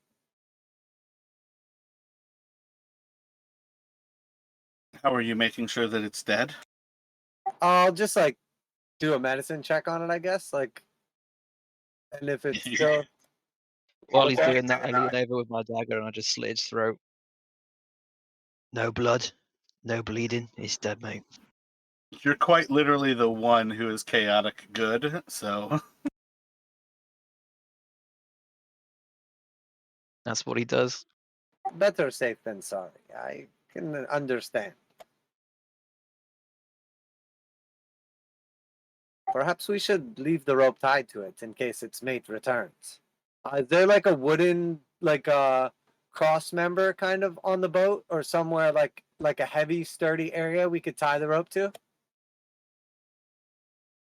Yeah, there's a support member that crosses the top of the boat to keep the um, edges spread. All right, so I'll like tie the rope around its waist, and then like tie maybe like 10 feet out onto like the boat cross member, in case its mate like tries to pull a swoop a loop and come steal the body. You do that. All right.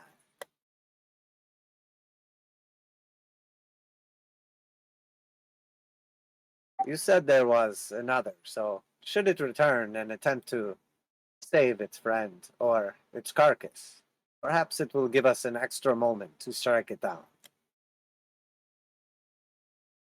Yeah, plus it'll make us look even cooler to the fishermen as well. That is true. Hopefully no one else has fallen to its hand. So have a quick glance around. Is there no one else in sight at the moment? Do a perception at disadvantage.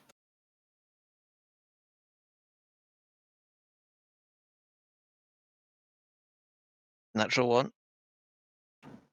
Yep, there's nobody in sight. You guys are just kind of like off in this area alone.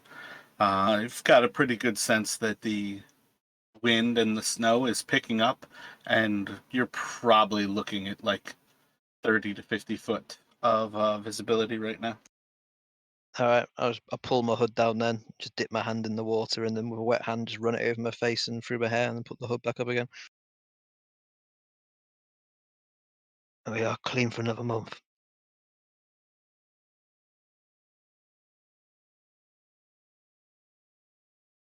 I'll like look over at Paris and like give her like some crazy eyes. Like, what the hell? Does that count as a shower? That's not even a bird bath. It's refreshing. Helps reverse aging, you know. Cold water.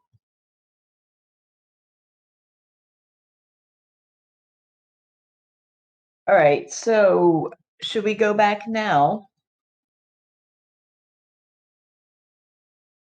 Still have quite a bit of daylight. I think we should continue to look.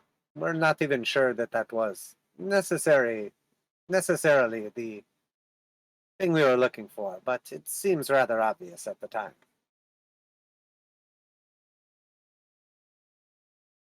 Possibly, but I mean, the long and short of it is, the solution's not been provided yet. There's still at least one harpy out there still, and we haven't found the missing fisherman. The fishing fisherman. Yes, I agree. We should continue to look. I would really like to find at least a boat or something. Maybe if we find its nest, we can find, what's left of them. Ah, that does actually make sense.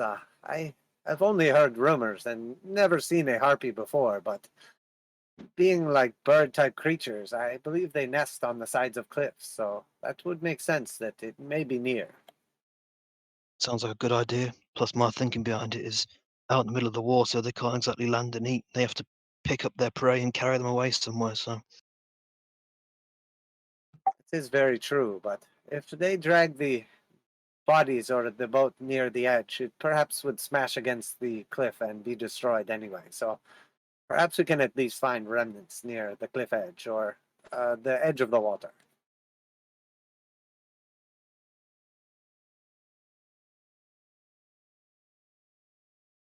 yeah, I'm with you, quite literally, because we're in the same boat. So moving back in towards the edge of the ice and pushing forward to the north, kind of. Yeah, that sounds pretty good.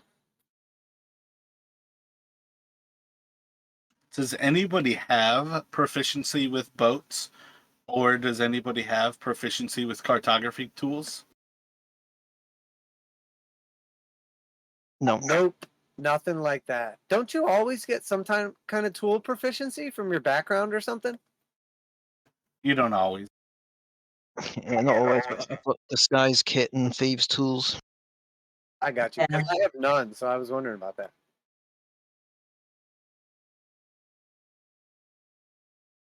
Check your background and see if it's one that includes proficiencies of some kind, because you might have chosen something that doesn't include any proficiencies, but I'm pretty sure they all have at least one, right? Nope. No, Jamie, what did you say? Oh, I've got tinker's tools and thieves' tools, which I guess is my proficiencies. Gotcha. Yeah, Justin got a bunch of languages for choosing his background. yeah, I've got like all Um, this priesty type stuff, so that makes sense. I think you got like a language and like 2 skills out of it. Proficiency in celibacy. So yeah, let me just get a perception check from, I think, still at the front of the boat is Ezekiel. Yeah, keep the same order.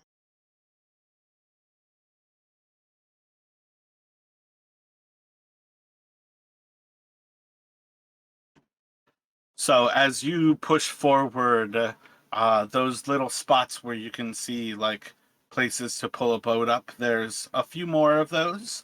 And you start to see those little like kind of holes in the side of the cliff that seem like viable caves starts to actually turn into, you actually might have areas here that there are actual caves.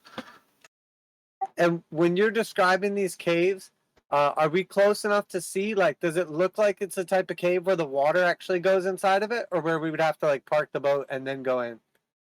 At this point, like the visibility is very much reduced, so it's far more that there's like spots where the snow kind of breaks and you're able to see that far. But the closest the actual edge of the ice that you guys can run along with the boat is about 50 feet away from that. So what you can see from here is all just like quick little glimpses and kind of feels. As far as things go, like you could do an insight check for this, but I think you guys have enough viable point at this point that this is where you should hop out of the boat and actually investigate some of these areas. Yes, look over there, near the land. There appear to be some sort of caves. Perhaps we should pull the boat up and investigate further, right? At least for footprints or signs of life.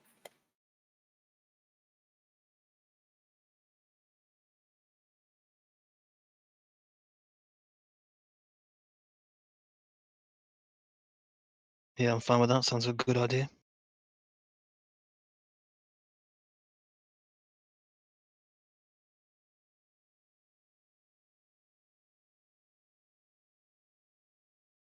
Then let it be so.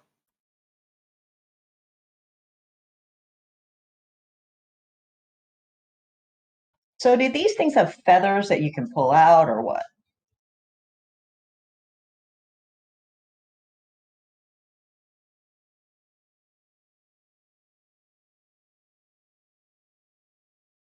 I believe the picture that was displayed had some feathers. What are you going to do with them? I think I'd like to attach it to my hat. You all spot these different caves as you kind of move onto the actual land itself and start to move towards like the edge of the cliff and away from the edge of the ice where the actual lake waters still lap up against the ice. You do start to see that there are quite a few different cave mouths in this initial spot here, one of which is at the level of the ice and you can basically just walk inside of. 3 of them are 20 or 30 feet high. The one at the level of the ice is much larger than the others. 2 of the other ones are probably vaguely human sized. One of those is at 20 feet, and one of those is at 30 foot. And then The next largest after the one that is at ground level is what is that one? I think 20 feet up there as well for that one, and it's probably large enough that you could go 2 by 2 at that one, but it's really hard to tell at the level that you are, as you basically just see at this point like three other, if they're caves, they might just be like rounded out portions of the cliffside. It's only the one that you would be able to walk up to the cliff's edge and see that you can go, at least at this point, the distance of the light about 30 or 40 feet inside of the cave before you actually start to explore deeper.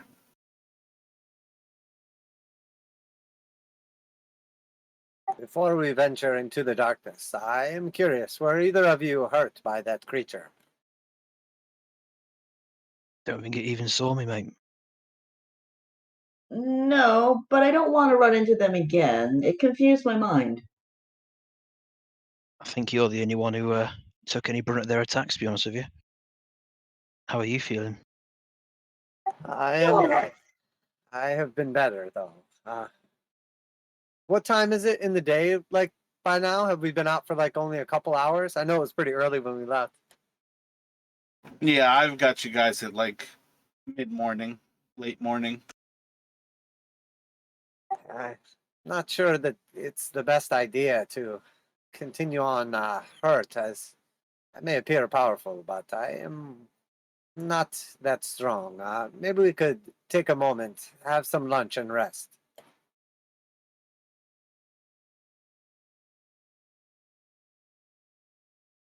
Sure, I think I packed some fish stew.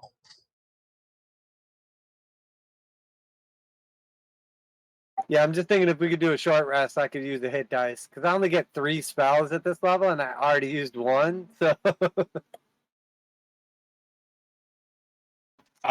Do you want to sit down like right here and try to take a rest? I guess like wherever we park the boat, like just a like little away from the cave mouth, so we're not like in immediate danger if something comes running out.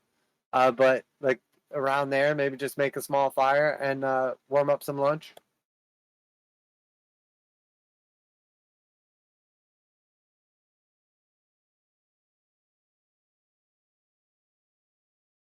What do you have in mind for creating a fire? Oh, if there's like any kind of like dry shrubbage, sticks, anything around. At this point, you guys have ice water, and cliff rocks. Unless you wanted to break up the boat and burn that. You could light some torches.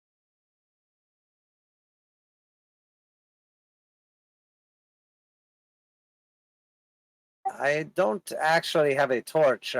Perhaps one of you and we could make a small fire.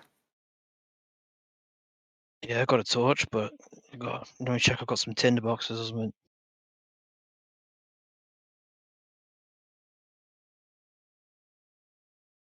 Don't have any fuel. I have an actual tinder box, so we can light the flame, but nothing really to burn. I've got an oil lantern. I could light an oil lantern and some fire that'll burn, but it's only an oil flame. It's not as hot as a wooden flame.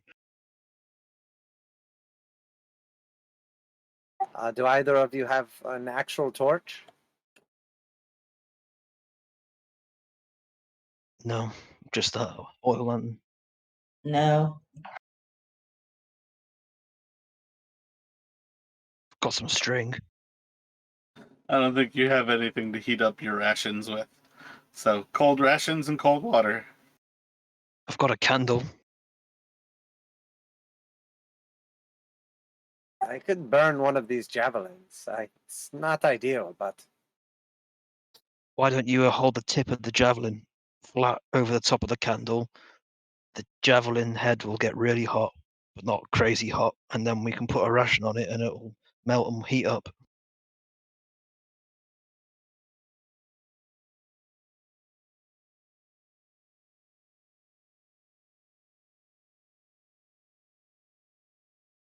might be worth it to just burn one.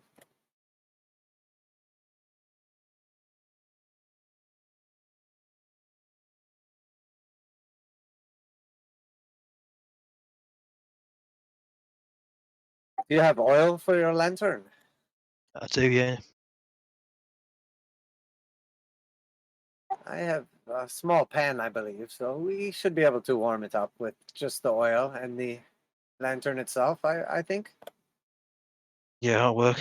As long as the heat's transferred, then okay. It'll heat up hot enough to cook something on for sure. Yes, that should work then. We could have a warm lunch. It would be nice. All right, let's do that then.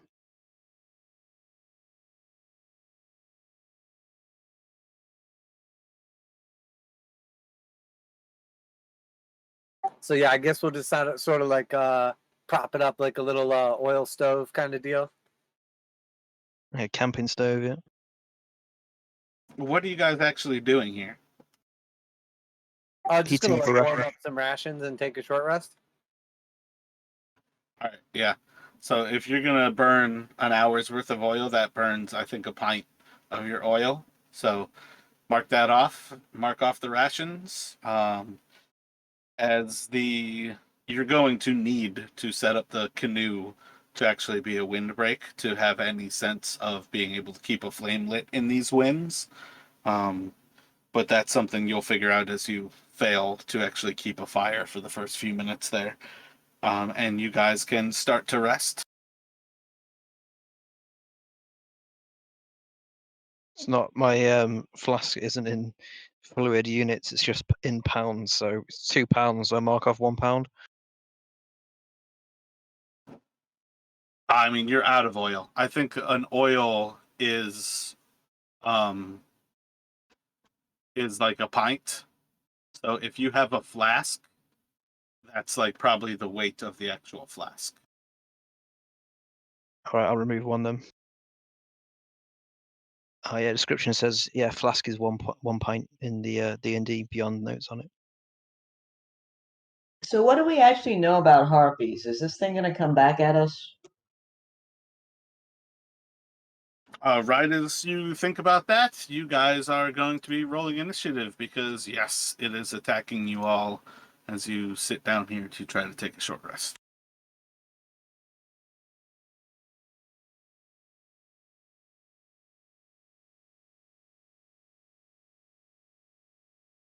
Aha, she fell for our plan.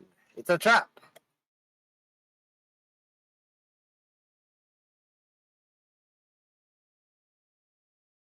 Screwed up. Got it right the first time. So Paris, make a wisdom saving throw.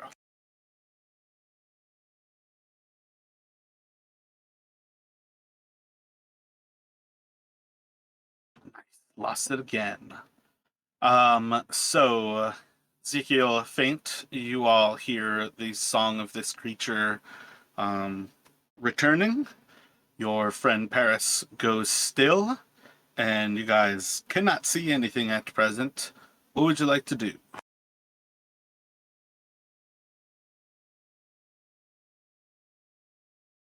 I'm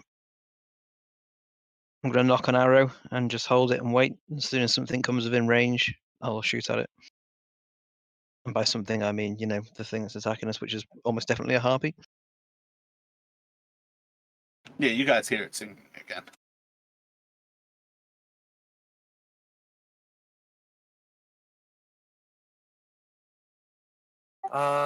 And then I feel like for what it's worth, since you're resting, it probably takes your action economy to actually equip your shield and like pick up your spear. So I feel like that's actually a pretty legitimate first turn. And you already know this thing's going to swoop attack and try to fly away. yeah, okay. As soon as I hear it's like song or whatever, I'll use my action then to equip the shield. And then I will like run over to where Paris is at and like sort of like block her in case it tries to pull the swoop loop. And then that's it for me. So you I just just have a shield, no spear in hand. Well, no, I get a free action to pick up my spear. What are you going to do with Paris? Run over by her to like protect her since she's like frozen up. Oh, okay. I've got it. I just see the boat map, by the way. Is that right? Yeah, I'm not creating a new map for this. It's just the same harpy. Yeah, I wasn't sure if we were still on the boat or not. That was all.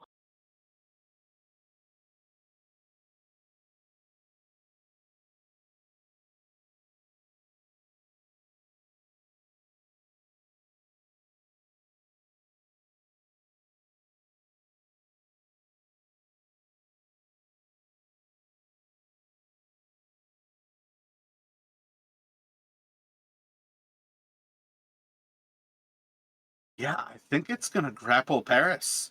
So it's really just both of you taking reactions, and then it's gonna fly off with her.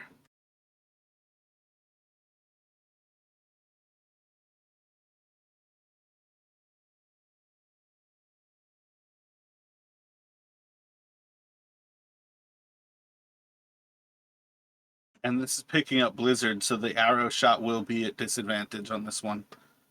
11 hits, and then the attack with the spear. Or wait, yeah, attack with your spear. So I guess when I see it going to grapple Paris,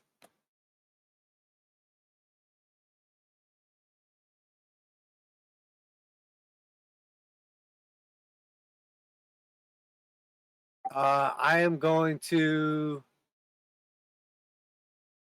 I'm going to do inflict wounds as it tries to fly away.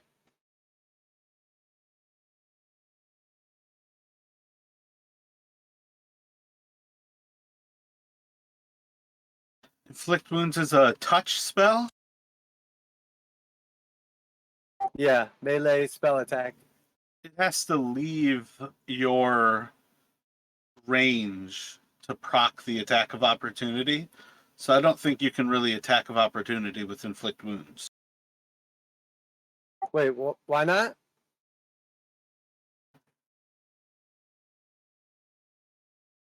I guess it's relatively the same as a bladed attack. Yeah, okay. Go for it. Burn it. Range. This is just touch, but I'm assuming if I'm right next to Paris, that like when it comes within to get close Yeah, to just go for it. Go for it. I see what you're going for.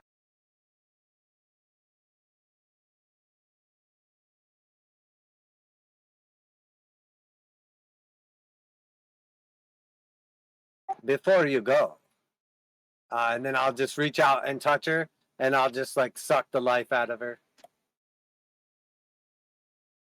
And yeah, it's going to pick up Paris. At that point, she is a willing creature, and it's going to fly 10 feet above you all.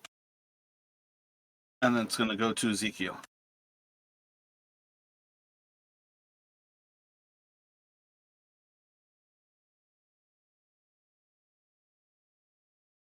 Okay, so did she get bloodied from our attacks? Is she looking Yep, rough? it's bloodied.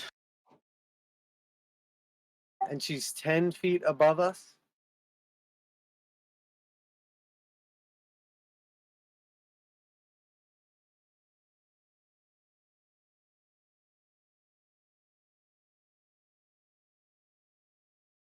All right, so I'm going to do a javelin attack at the creature.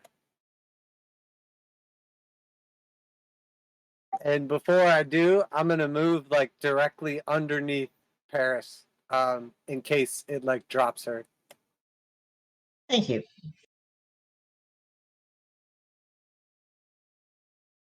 Do I just do it regular? I don't need to do anything different for javelin, right? To like throw it?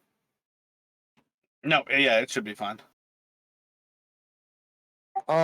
Just to make sure, I believe that yeah, I'm gonna use one of my inspiration just to make sure it hits. I think that it should hit, but I think it's meta as fuck for you to know that Josh hit on 11, but you can use the inspiration and it is a hit. okay, cool. Yeah, I'll do that then.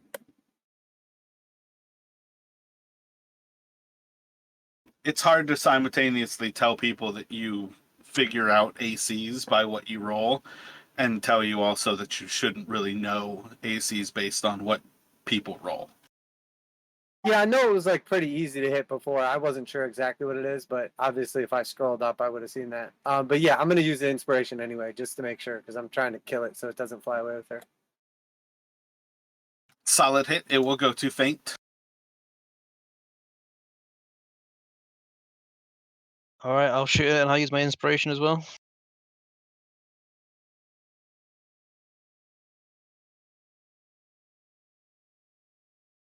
So yeah, so 13 to hit. I'm guessing that'll get the sneak attack because Paris is in its claws. She is not a threat, All but right, it is well a then it's normal hit. 5 then. Goddamn fucking canoe! I can't not select.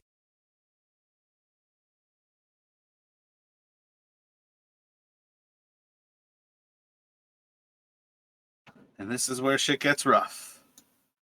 I think it's the end of your turn. Roll a saving throw. I'm assuming. Still didn't die from all that? Nope, severely bloodied. Am I Yep, rolling a end of saving your throw? turn. Yep, roll a saving throw. Low ass DC. DC's 11. Bam. So at the end of your turn, this thing is holding you in the air. It is going to fly about 40 more feet up into the air, and it's going to go to Ezekiel. For what it's worth, it's not like going too far away from where you all are. You're still near-ish to the cliff faces. But let me get a perception from you, Ezekiel. And faint, you might as well roll it right now as well.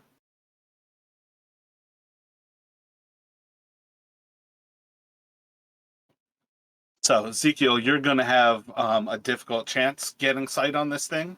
I don't know if that even really matters throwing a javelin, but disadvantage to huck a javelin at it.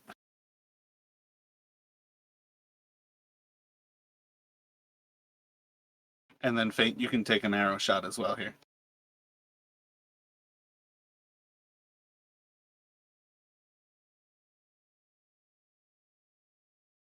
Yeah, I don't really have much else, so.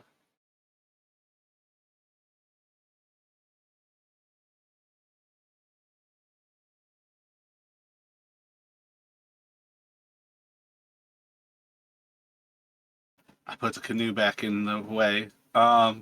So yeah, as Ezekiel releases his javelin, the creature flies kind of just out of the way. Faint is able to put an arrow through its wings, and this creature is going to start to fall towards the earth.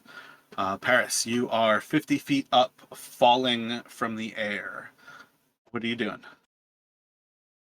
I will try to get on top of the bird so that it hits the water first. There's not water above you guys. There's not water below you guys. There's ice. Anyway, I'll try to get above it so that it hits wherever it hits first.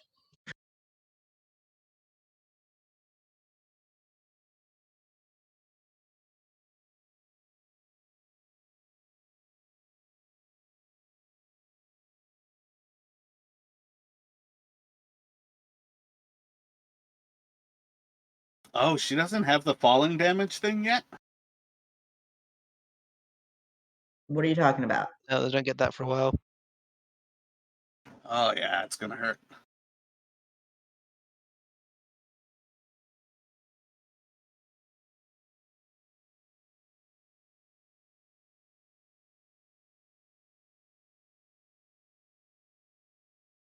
You are going to slam into the ground, taking 16 damage. So am I able to like reduce any of that damage because I'm like directly underneath her? You can drop it to 12 damage.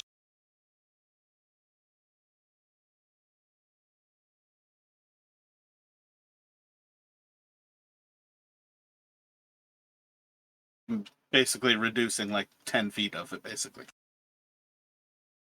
Yeah, that's what's up. I appreciate that.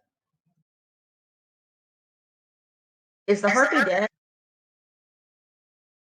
Yep, Harpy is dead. It was a shit sneak attack, but the sneak attack was just enough that was the kill. Hooray. Yes, excellent shot, my friend. We were moments away from losing our little companion. Yeah, same to yourself. It's much harder to hit with a javelin or something like that, so well done. Of course. Perhaps I can salvage the one I struck it with. Is the one that I hit it with still okay? Can I find the second one? Yeah, I think you each missed with one and you hit with another, so you can salvage those.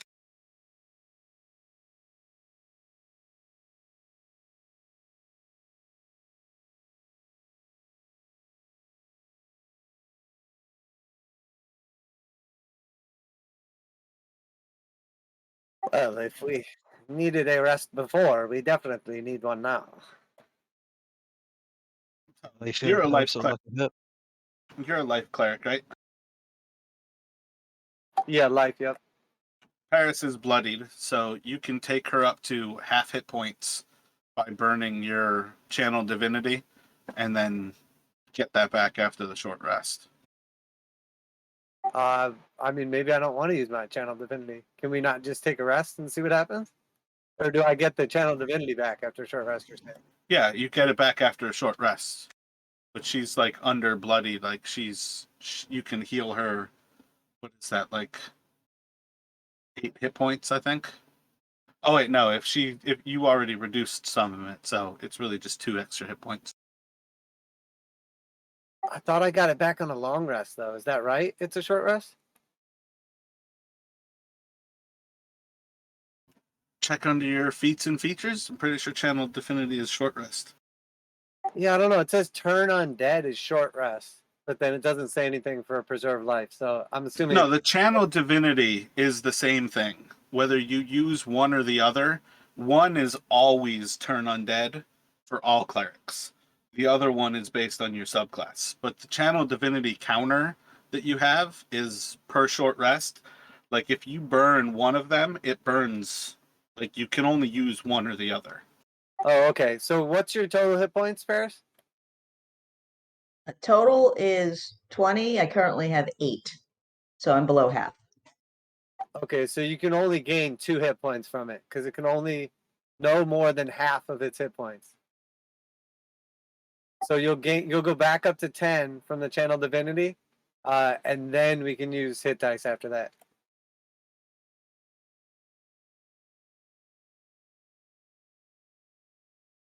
But other than I rolled an 18 for the initial part of your short rest, you all are able to successfully take a short rest here.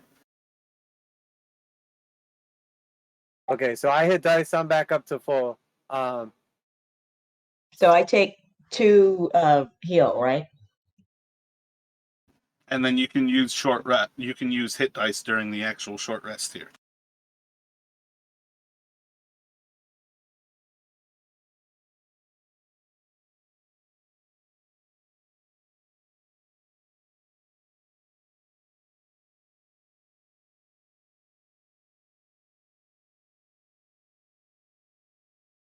Oh, is it supposed to roll something?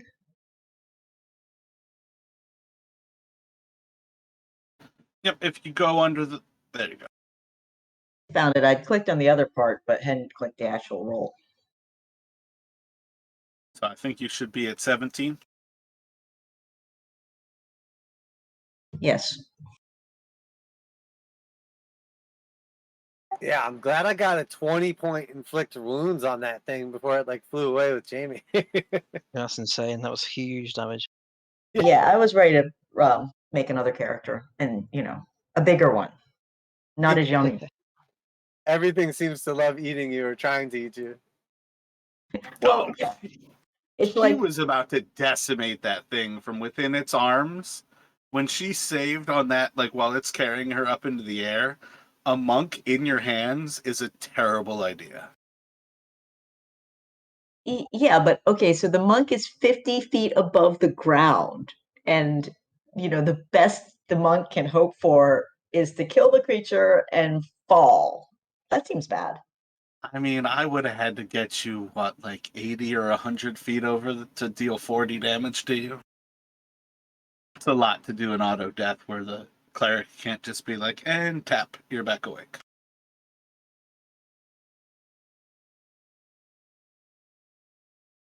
So, like everything out in this wilderness, it basically eats fish.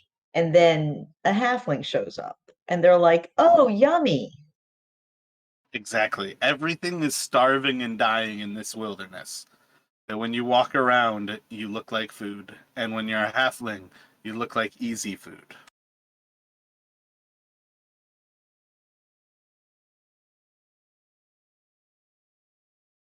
All right, so I've attached a feather from the first harpy to my hat. I mean, it would help if you didn't like just fall for its little song every time, too, Jamie. You can resist that, you know. I like music. Well, next time you get picked up by one and killed, you can roll a bard instead. No, I like listening to music. Next time I die to a harpy, I'll roll a bard so you can hear my music, and I'm sure nobody wants that. Okay, it'll sound like a harpy. I feel like me plus bard is one D&D pairing that should never happen. Could be amazing or horrible. It's 50-50. It'll be amazingly horrible. There've got to be bards that don't sing, though, right? Like they play the drums, or they can rap. You could rap. That's it. Bards No, are but using anybody inspirational. You can write. You don't have to be a vocalist. my idea for a bard was that he does like those inspirational posters he used to get on the walls of businesses like 10 years ago, those, but to always just be slightly wrong. My friend has those. Like one's like what's it? Accuracy or no? What's it like? Not repeatability, but I can't remember. But it's like it only counts if you're accurate, and so it shows a picture of a bunch of arrows that are hitting, but not on the bullseye, like below it. Make like a tree and get the fuck out of here. Or what's the other one? People who live in glass houses sink ships. Those were Boondock Saint references. If you still haven't watched that movie yet. I'd see Still that. haven't watched it. I love that guy. That's the best bartender ever. There's like a bartender in the movie, and he literally does exactly that. He like misquotes all like those parables or whatever they're called. He's got Tourette's, so he's often swearing at random. But part of that is that he also can't make quotes. So that's why, like, especially with the Glass Houses one, you hit it on the spot where, like, you can tell he's trying to finish the quote, and then he yells something different because, like, his Tourette's won't let him finish it. If you Oh, and I don't feel like. save, Oh, go if ahead. you don't, I was gonna say, if you don't count your stitches before they hatch, you save 9. Yeah, that's perfect. It's like exactly right. He like takes like 2 different ones and combines them into one. I really, really like the quotes from, damn, the guy who does Rick and Morty, his D&D show. At one point, they starting quotes, but they never finish the second half of it. So they just do like the one-liner, like beginning of a quote, and then go about their day, and it fucking makes me laugh so hard. I haven't seen that. Sounds similar to what I was talking about then. That sounds like I'd almost be like copying an idea without even realizing it. Yeah, I don't know the name of his show offhand, but after we actually finish it, I'll look it up for you because it is fucking amazing. And Oh, he Harmon brings in Quest like, or something? yes, Harmon Quest, yep. He brings in like celebrities for like one shots basically. So it's like a 20-minute show. But like there's some funny ass people on it, and once it starts where they're like starting these quotes, it just gets off the hook when somebody who's like, completely unknown to D&D knows that they do that, so they'll like run with it. It's fucking amazing.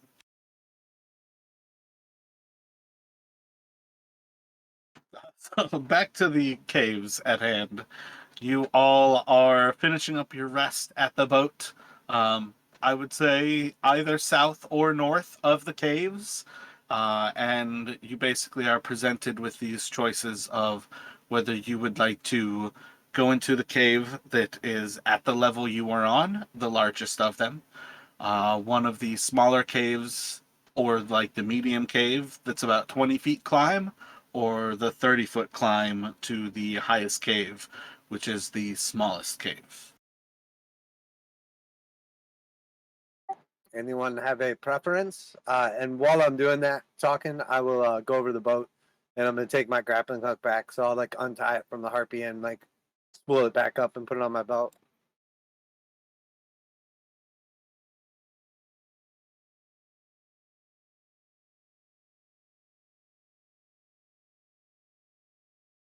Yeah, I mean, either or, we may as well go for the one that's easy to get to first, right?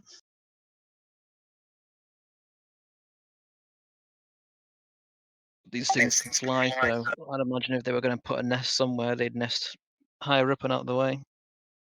Makes sense enough, though. I'm not even sure this is their home that we're investigating, but I think the easier path is probably the one more wisely taken. Let me have all of you roll an insight check.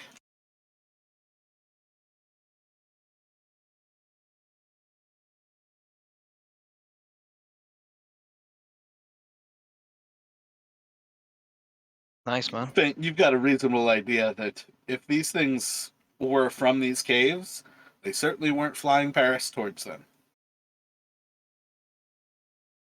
Glad I got that one out of the way on this. Pretty impressive. Yeah, the other day I rolled double 20s, and then the next roll was double 20s.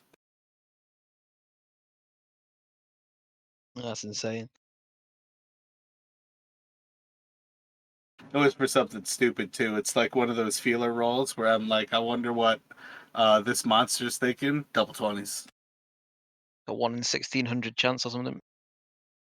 Oh, it's way more than that because it's 400 times 400.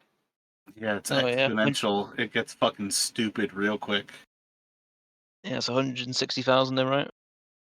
In Curse of Strahd, we had one guy roll like 6 ones in a row. I think it was 5 ones in a row. He rolled some random number and then another one.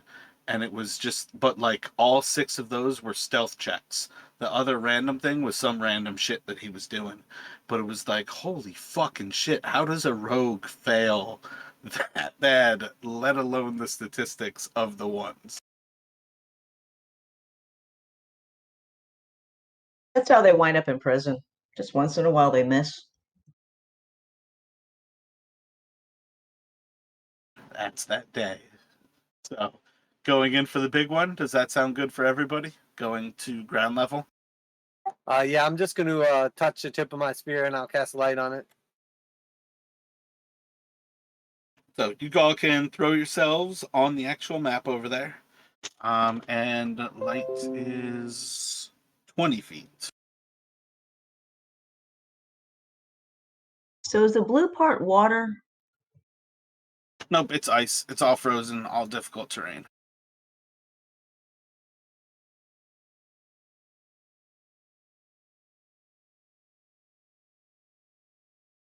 Two Ezekiels. Two. I have cloned myself inadvertently. I cast the wrong spell. It's just his brother's or dad's dead body or something after that weird shit that his brother was doing. Are you on the map somewhere, Faint? There we go. I was just adding it now. That was just my reflection in the ice. Don't be alarmed. So how would you all like to progress into this little cavern? Is this the direction it was flying in, by the way? Nope, that's what I was saying with the insight check. It was clearly not taking her to these caves. All right, well, I'll share that with the group anyway. I'll go up front, just kind of like hold my spear up in the air to like try to project the light as best I can. I'll stay at the back so that if another one comes flying into the cave or something, it won't go for Jamie for a change. Oh, that's kind of you. I'm sure whatever we encounter will probably eat you, or at least try. It's like, I'll stay at the back so nothing sees Jamie. I would like to hide. Can't wait for that. He just like blends into the falling snow, and all of a sudden Jamie's at the back of the group, like.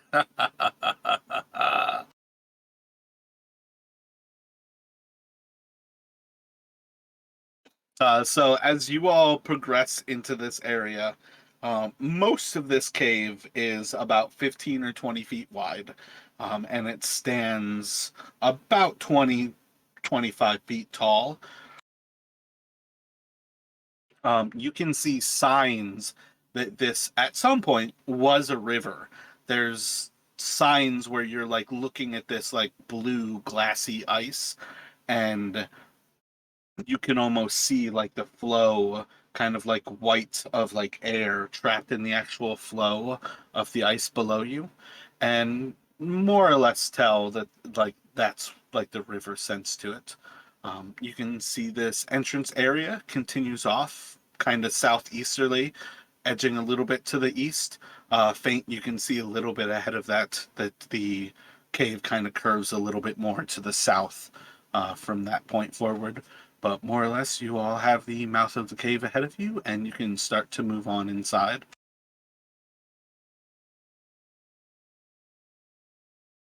Be ready. Whatever lurks within will be dangerous, no doubt. Do we see any signs of like footprints or broken boats or any signs of like humans at all have been this way? Let me get perception checks from you all.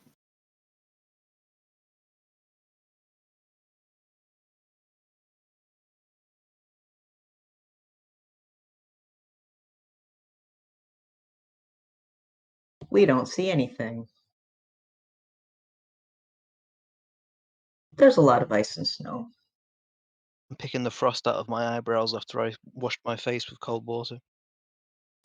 So, everybody smells something delicious. Faint's pretty sure it's knucklehead trout. Paris is really hopeful that it currently doesn't smell like knucklehead trout. Ezekiel 100% knows that whatever is being prepared has no knucklehead trout inside of it. Ezekiel, you are also able to pick up some signs of a keel of a boat kind of dragged across this ice in a very similar way to how you all were dragging the boat before, in the same fashion of how the keel would drag a little bit into the top of the ice. And you're able to pick up some of these signs that, yeah, there was probably a boat that's been brought into these caves in the recent past. We must be on the right track. It looks like a boat was dragged this way, and someone is preparing something. I smell that. It's glorious, but not fish. And also, I would like to make a note that it's awesome having a character that can smell stuff for once. I feel like Sarkis is the only person I ever describe smells for, and he's the only person who can't smell a damn thing. It really makes Like- you appreciate it after like months of playing with a character that has no sense of smell. Like being able to smell things, you're like, oh, it's glorious. I can't believe how often you do shit that I'm describing a smell for, because I don't think most people ever do that, where I've got a smell descriptor, and then I'm like, fuck, Sarkis can't smell anything. Well, it's funny too because you like forget until you're like picturing this or imagining it or whatever that you really can't taste anything either because you don't have any smell. So like after having COVID, I'm like, oh, I can't taste anything, and then I'm like, oh, okay, so this is just my character in real life.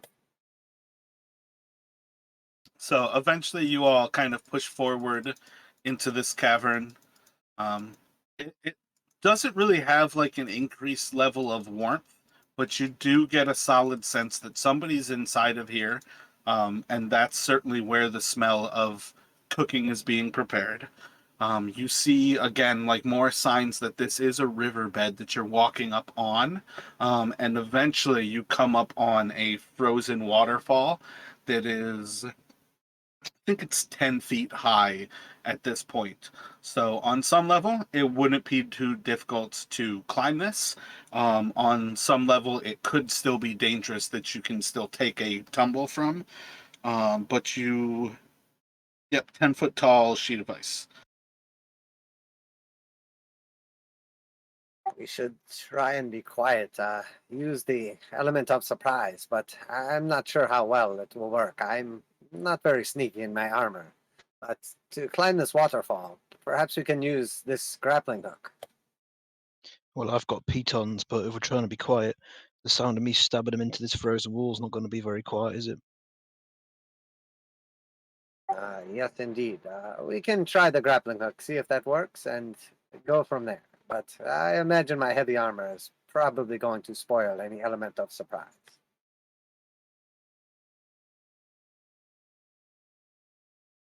Yeah, I mean, trying to climb this is not going to be difficult. Throwing a grappling hook up there might make a loud noise. Trying to climb quietly may make it much more difficult than simply climbing. But the actual climb itself doesn't look like it'll be too difficult at present. Yeah, let's skip the grappling hook and just try and climb it, I reckon. It's only 10 feet. All right, I'll spot for you. Give it a shot, and we'll see how easy it is. Well, if you give me a bunk up, when I get up first, I'll reach down and help pull you up. Yes, that's fine. Or we could lift Paris up. She's very light as well. Somewhere in between, maybe. Okay. Yeah, so I'll whoever goes first, I will try to like assist them. I'll give them like the old hand hoist. Well, if you just go with your back to the wall, I'll just stand on your shoulders and then pull myself up the rest of the way. Yes, that's agreeable. When I say it's not that difficult to climb, just climb it, guys. This is not that difficult. So whoever's going first, make a dexterity check, or a strength check with advantage. I'll go. Bam, Alright, you you are wanna go on top of it.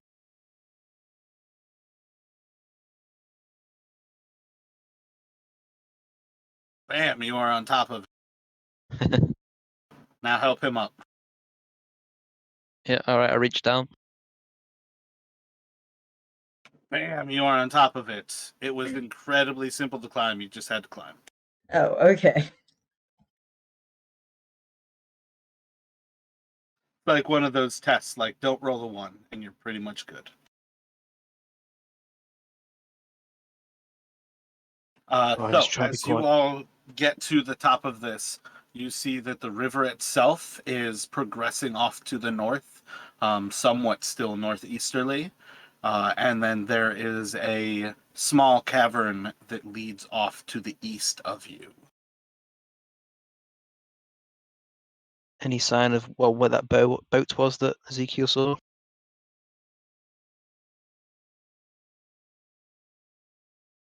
You all can make another round of perception checks here.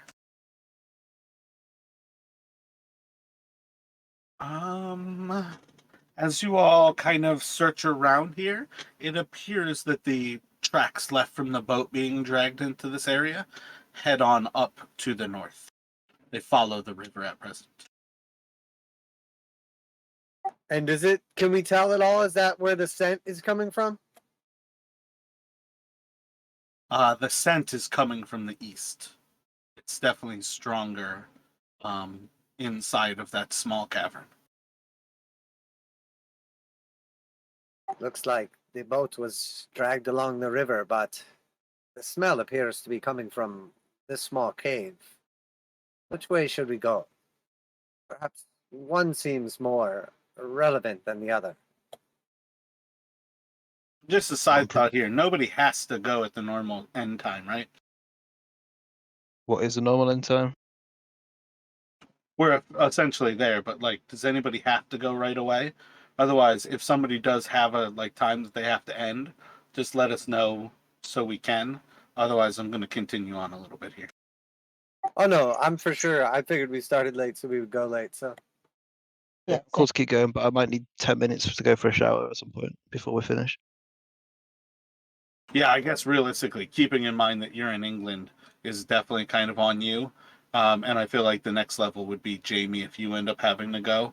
Essentially, if either of you have to go, just let us know. All right, cool. It should be fine. But like I said, I might need to like have a 10-minute break to go and have a quick shower. So you've got the potential of the boat moving to the north, and then the actual smell seems stronger from the smaller cavern here. Yeah, I'm thinking Outside of small the cavern. outside of the actual light itself, you can see that the cavern goes a little bit further to the west, and that the river seems to lead pretty northerly, although it's shambling from you. I'm thinking small cavern. If it smells like there's something being cooked over there, that's probably like where we're gonna find something immediately.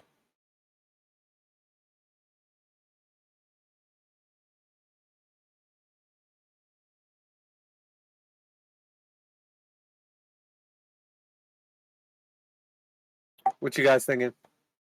Yeah, I agree with that. Wherever the smell's coming from, it's where people or animals or something is.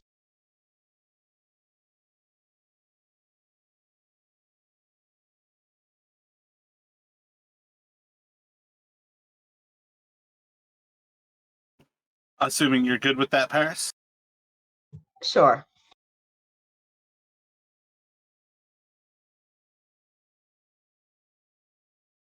So you all can head down this little cavern, eventually getting to a set of stairs that starts to lead a little bit up towards the north, but is generally still holding to the west.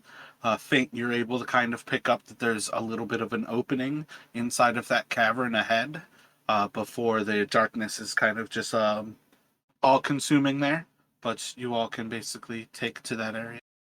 So, like, are these natural stairs or are these like humanoid carved stairs? Make a insight check.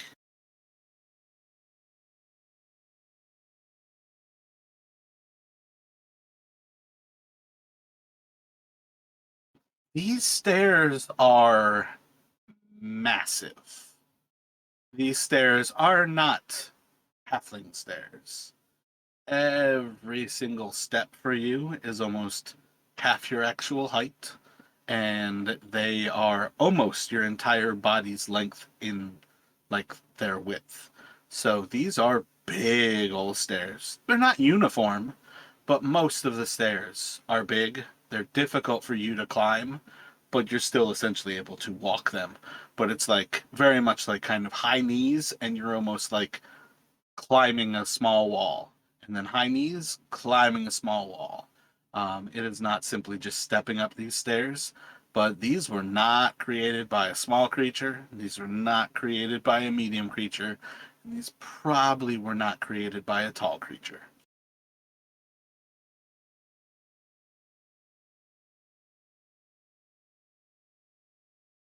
Very interesting. Perhaps we should proceed with caution. Yeah, let's try and be quiet because, you know, whatever it is that built these might still be here, or it might have been long gone and there's something less threatening there now. But either way, it's a warning sign. Yes, agreed. I can still go up front, but I'm not very good at being quiet. But I will try my best. You want me to go? I think we should stay together. Better to be. I don't know. The decision is all of ours to make. We'll just try and be quiet. Let me get stealth rolls from y'all.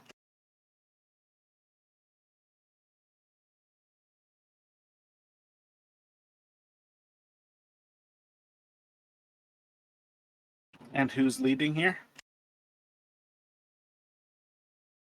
I mean, I'm happy to lead. So like Fate, Ezekiel, Paris. I'll go first, man. It makes more sense for me to be up front, with you being ranged and whatnot. Unless you were going to sneak ahead, was the only reason I would say that. Oh yeah, I was thinking that, but in the context of this, it might be wise if we just stick together.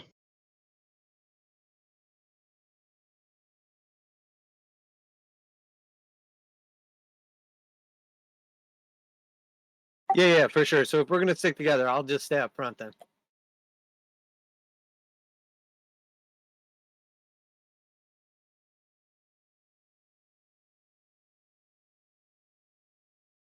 Let me get perceptions from all of you.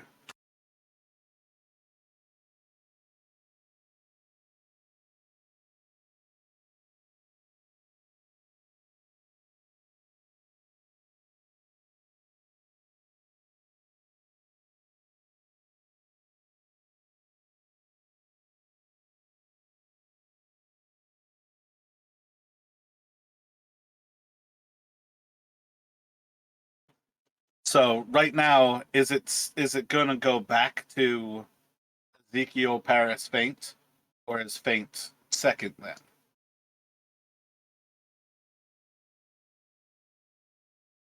then? I guess if we're sticking together, we may as well just keep the same order, which is the me third, I guess. Unless you guys think we should go differently.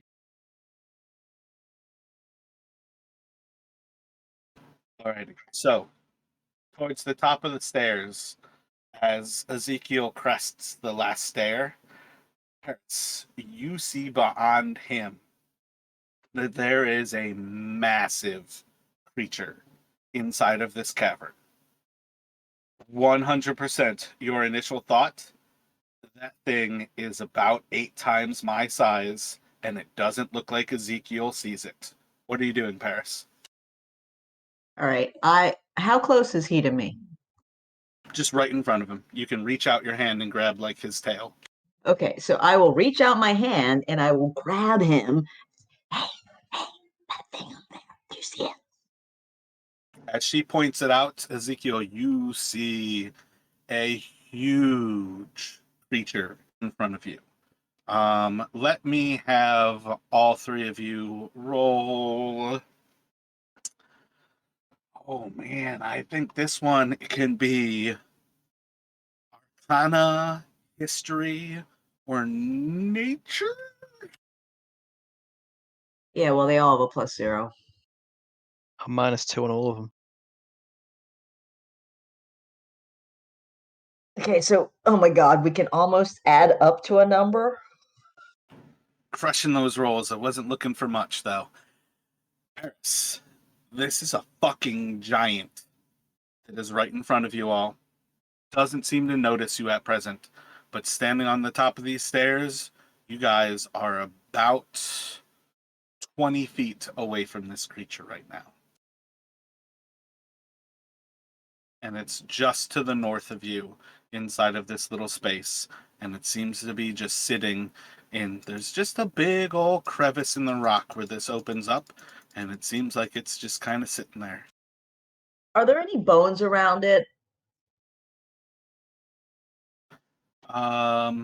Make an investigation with advantage. I have a question also. Is it just like sitting in the dark or is there a light source? It is sitting in the dark. As you look around the ground here, there is blood everywhere. This snow, this ice at your feet is mostly red. All right, so I will pull at the other two and see if we can back up. I nod and start backing up slowly and quietly to go back down the stairs.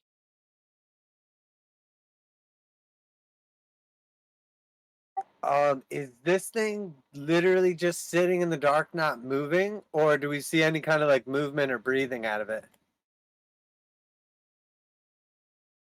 You can hang around and do an investigation check, spending a little bit longer there.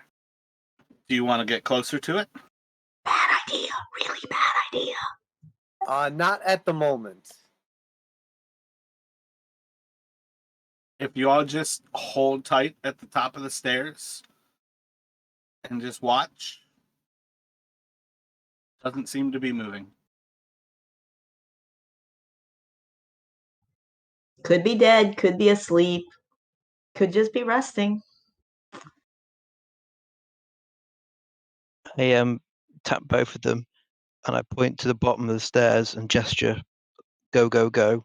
And then I point at myself and then make a throwing gesture and then point at it. I will nod my head, yes, and then I'll like lift my spear up like I'm about to throw it overhand. I go no, and then I shake my head no, and then I point at me, and then I point at you, and I make a walking gesture with my fingers, and then point back down the staircase. I'm gonna start walking down the staircase.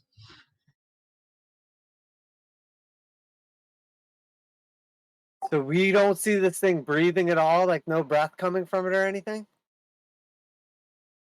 And we don't see a fire where like the cooking would be coming from, nothing like that?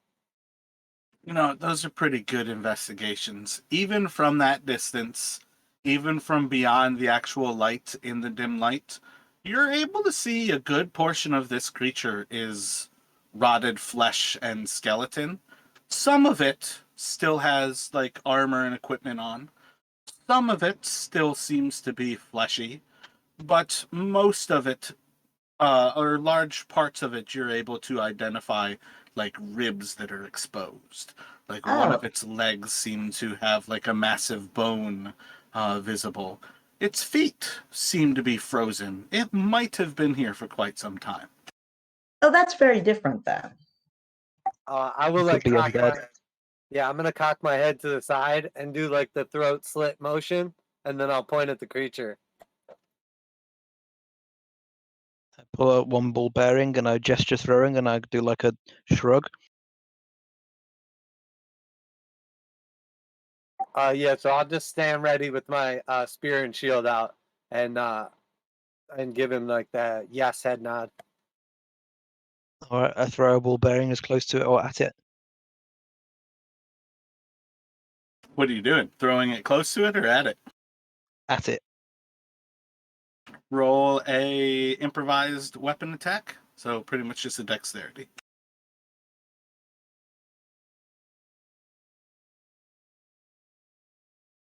Roll a d4.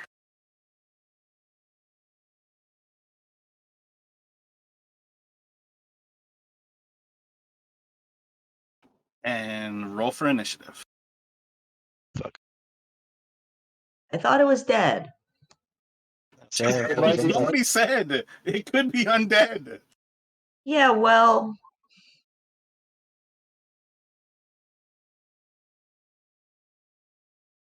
fuck it.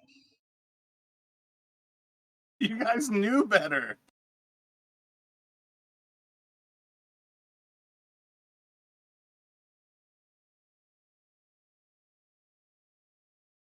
That's what I was trying to say. Get down the stairs and let me throw whilst you two are far away.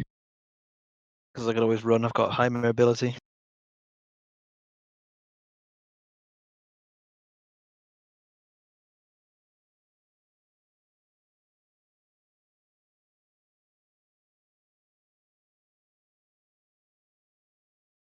So, feint, you throw a little ball bearing at it, you ping it right across the head, and its head immediately turns and it's staring right at you. What are you doing? All right, I am going to fire an arrow at it.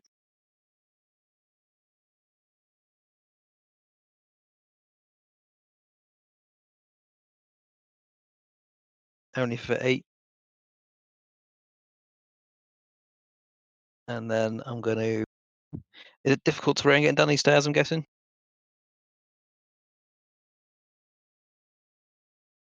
Yes, difficult terrain. My bad. I was pressing my Windows key. All right. So my movement's 35. So I say like what? I can get 15 feet down the stairs. Yep, 15.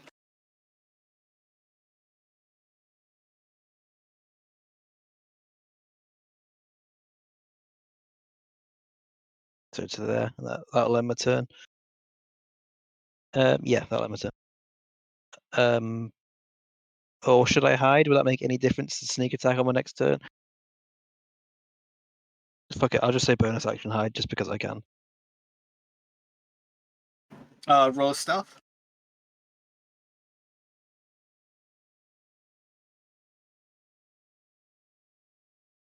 12.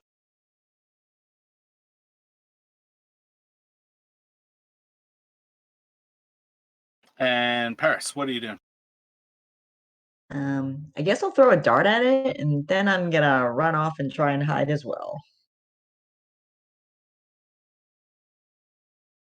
Plinks off of it and just falls to the ground.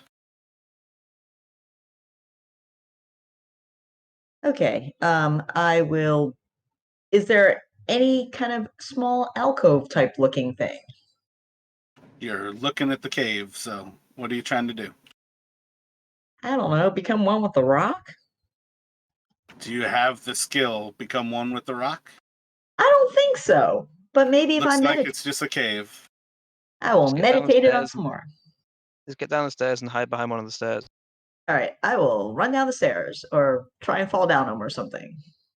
Half movement as well, but don't forget. And then Ezekiel, what would you like to do? I'm going to look at the two of them. Cowards that we are.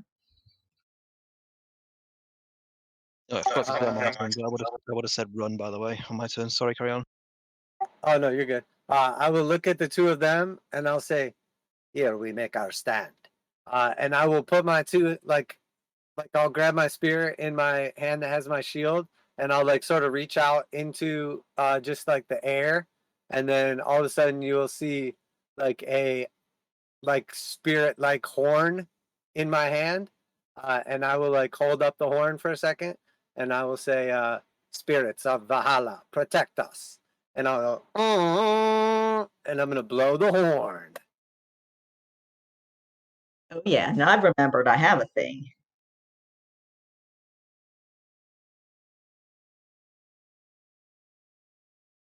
Five berserkers?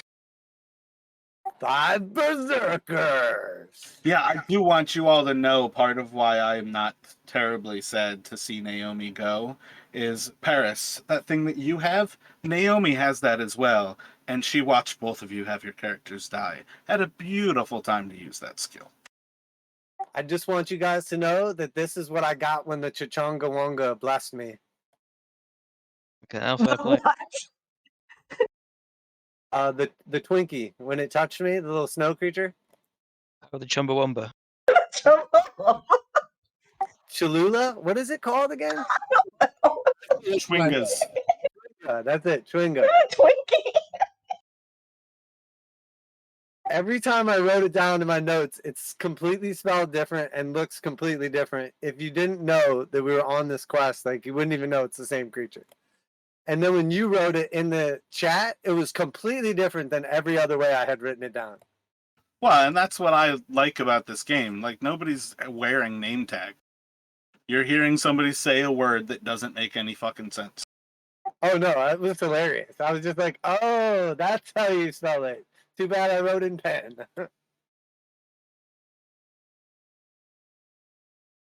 And you said you got 5? Does it say how close they are to you? Within 60 feet? So yeah, they're on top of it. Feet. So I'm gonna just like summon them up right on top of the thing, and then Throw your spear with light. Oh wait, you can't. I really just want it to be lit up because light makes everything easier. Yes, yes. Can you fit 7 berserkers around you? They're very skinny. Oh, it's +2 also. Whoops. oh shit, yeah, hell yeah. Oh, dropping them on shift makes them pretty big. Or with alt.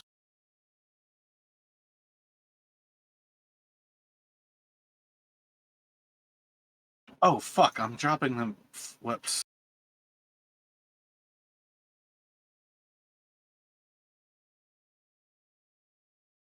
Yeah, I fucked up there. Alright. Did I use your initiative?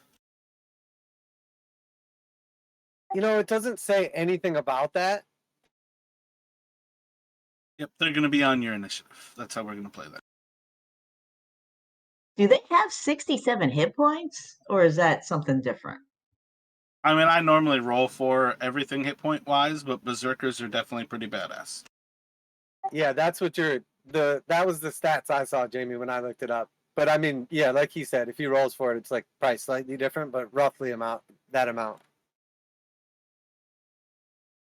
I mean, that seems totally overpowered if there are 5 of them. But anyway, it's cool because there are It's only 3 of us. incredibly powerful. That's why the Chwinga quest is a part of this, because all of these starting missions are a big middle finger to the player that says, "Come at me, bro." Yeah, I'm not really interested in Ezekiel dying again, so I'm okay with this on a undead giant. Yeah, so I think what we're gonna do is let Ezekiel control 3 of them, Faint can control 2, and Paris can control 2. Normally I limit players to 1, but you guys are in over your head here. You are fighting a giant that you have no business fighting. 100% I am again recommending Paris, when it is your turn, use your Orc Warlord, because those are the creatures that are going to give you guys a chance to win this, including the fact that he is using these 7 creatures, because this is a big motherfucker that you guys are fighting here. Okay.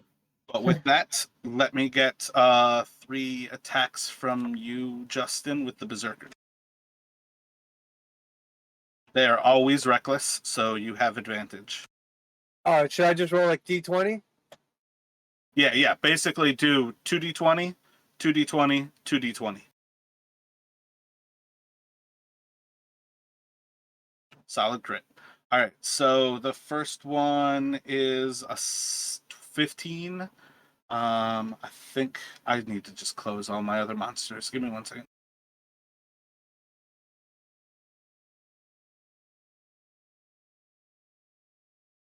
We can bring the other monsters back later when we get there, which we probably will end with this little battle here. Yeah, so the 15 is a hit, the crit, and then the other one's going to miss. So they do roll a d12 plus 3, and then 2d12 plus 3. Actually, I feel like we should just do average damages with these creatures. Yep, average is better anyway. So we're just going to do flat out averages with them for now on. So it's going to do 9 and 15 damage to it.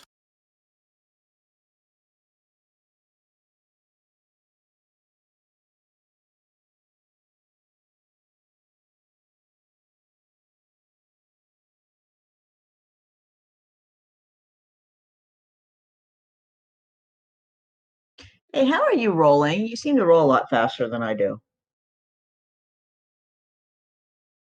I just roll right in the roll 20 in like the top left corner. There's like the little mini die. Oh, okay. There's like those little 6 things in the corner, including the arrow on top and the question mark on bottom. The second. Got it. Found it. That wasn't, I was doing I was typing /roll, D20. I do that, but I've got it copied and pasted ready. Alrighty. As it starts to move right now, Ezekiel, all you see is this thing draws a great axe from beside it. And this thing is probably about 3 times the size of your body. And it just smacks down at the ice at its feet. And just in a massive concussive blow, just shatters all of the ice at one of its feet. Fate, what are you doing? All right, I'm gonna go. Oh shit! All these ghost people. I guess we're fighting it. And I shoot at it. Oh, how far are we away from this thing right now? Right now, you're about 30 feet away from it. Faint is about 60 feet away. Are you shooting from where you're at, Faint?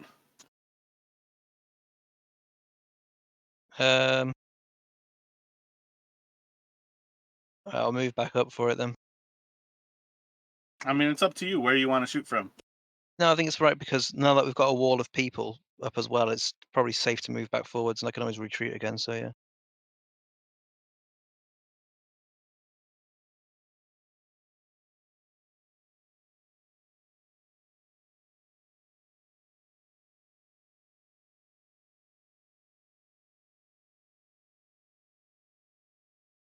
So solid hit, 9 damage. And then roll 2d20 and 2d20.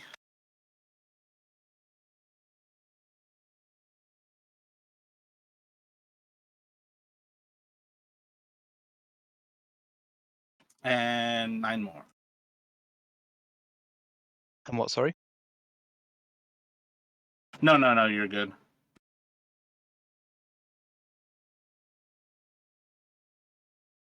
All right, the Warhorn of Valhalla may be enough that this creature isn't going to be severely dangerous. So should I call out the orc chieftain as well? I mean, I think you should, but it's up to you. Okay. Do it. I think you were the one person who recognized that this was a giant that you guys have no business fighting. Yeah, once I saw those steps, I wasn't all that keen on it, but all right. Plus, if you have cool shit that we don't know about, now's a pretty cool time to show it. Okay, so Well, I've got something. Oh, great chief of Orkness. We need help. How long So does you- the horn actually give those to you for? It's until they, like, die, right? It's an Said hour, it. I think. Hour.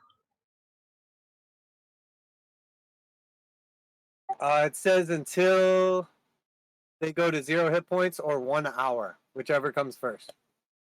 And where does your war chief, what's the distance you have on him? 30 feet, and it only lasts for 10 minutes. Yeah, so you have to get at least a little bit closer before the war, like, you can summon it. Like, any closer than that, but he can still close the distance. Good? Yep, what are you trying to do? Is that your action to summon him? It's probably your action. It should Yeah, be that's your my action. Is this the thing in the upper left corner? Is that the ice thing, or is it not on the map? No, as long as you guys don't have it lit, I'm not showing you this creature. Right now, Faint can see that this thing stands to the roof at about 40 feet tall. Other than that, you guys don't get to see this until you light it up. It probably wouldn't be a bad idea if you guys killed it without ever seeing it.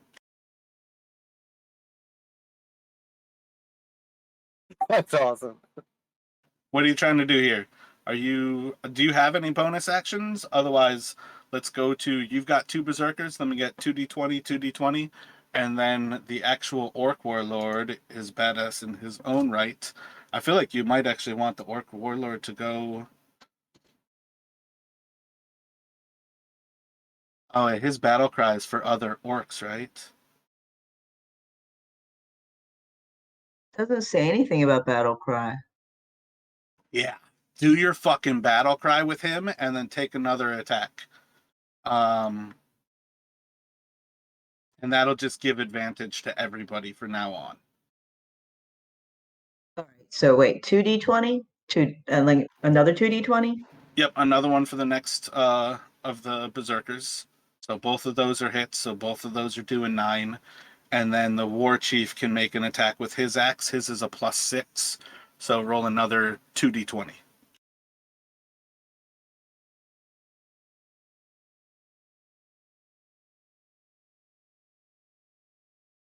Which is a hit. And he does, I think the d8's included, so he does 14. So that's another 18, 28, 32. Damn. Massive chunks of bone are falling off of this creature. And that'll take it to Ezekiel. Okay, I'm going to move up a little closer with my light sphere.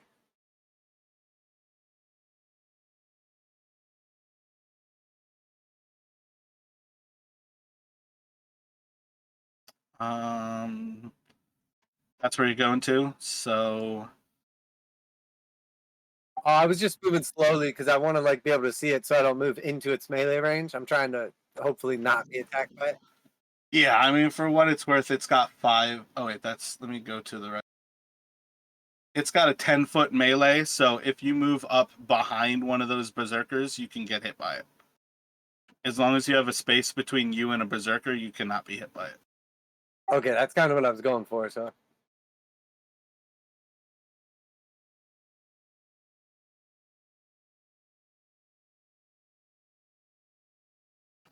So let me do. but I mean, honestly, if you're about to light it up, I'm planning on throwing my spear at him right now. So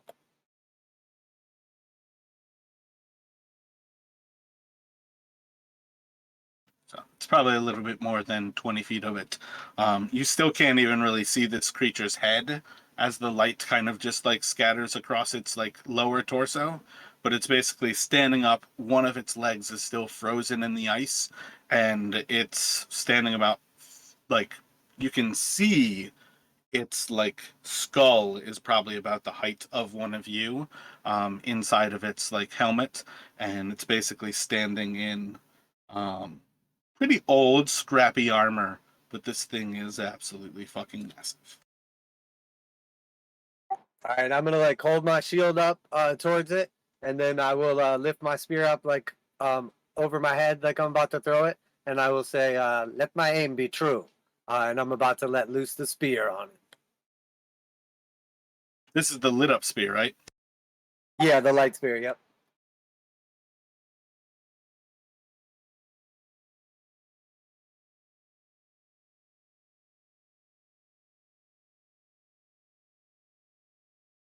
Hey, are we supposed to be able to see stuff in the monster manual? Nope.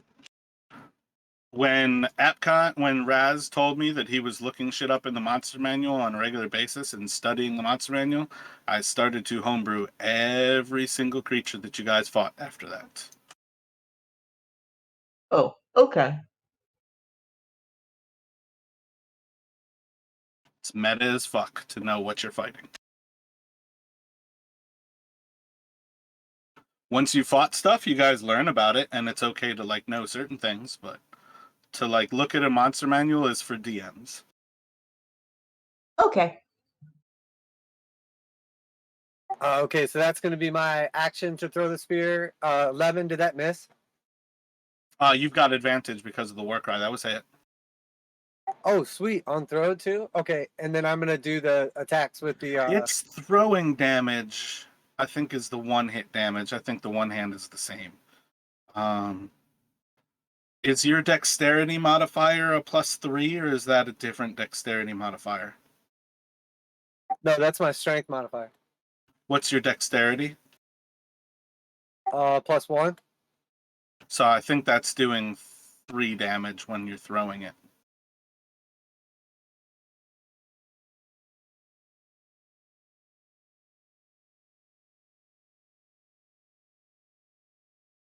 And then you've got 3 berserkers who can attack. They don't have to actually berserk because they have advantage. I feel like they're going to berserk regardless, though. Another fucking crit. So another 15, 24, 33. And I think they're going to hack it to pieces there as it just falls across and the bones kind of scatter across the floor.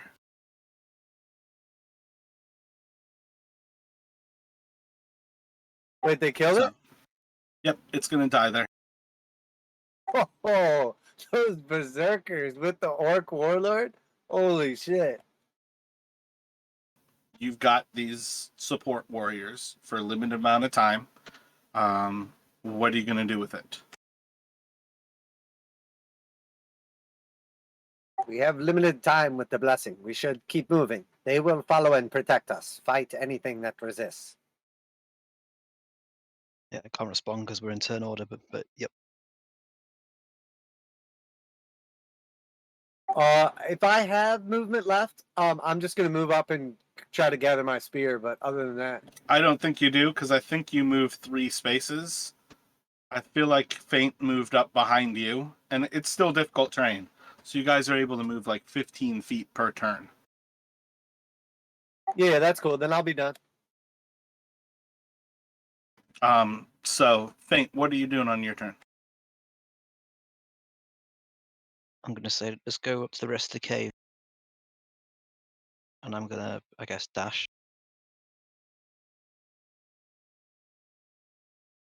This first, and I've got. Guess You're going I guess that's backward. the last. Oh shit! Is there more this way? Is there?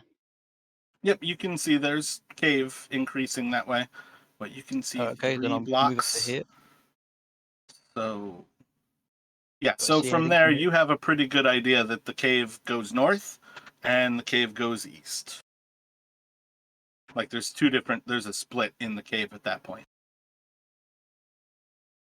Gonna see any light or anything coming from either of the two paths? Nope.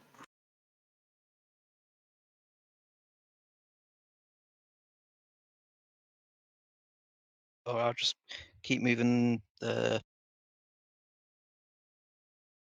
go east. How wide is each square? 10-foot squares.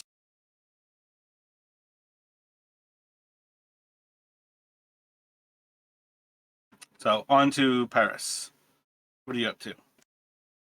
All right, so I can follow him. I get 35 feet of movement, which takes me kind of to where the dark is. Oh, wait a second, 1 second. Faint, what's your movement? 35. So when you dash, you actually have an extra 5 foot. So I think you moved a total of 6 spaces, so you can actually take one more. I can't because I don't. I'm off the map and my eyes. No, no, moved no. up. I've got it. I'm just saying, like, I think you as a character can. Um, Okay. and then Jamie, you said Paris has 35 movement as well. Yes, I'll follow him. So yeah, so when you're dashing, you can dash like a full 35. So what was that to get you there? How many spaces did you move? Well, like 3, kind of. I was here.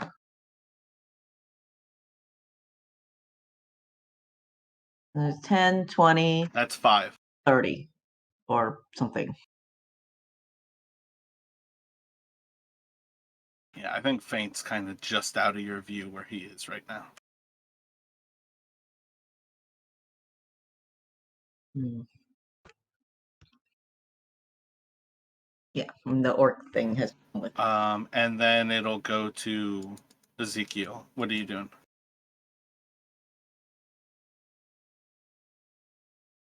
So I'm just gonna move up to the giant and grab my spear from it, and then if it's free action just to grab my spear, I'll like dash to catch up with them. If not, that just as far as I can move.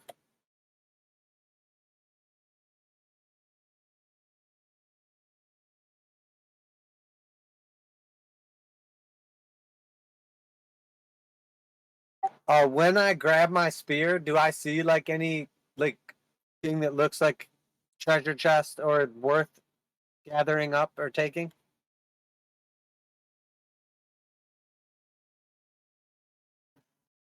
Your free action is grabbing your spear. You can use your action to look.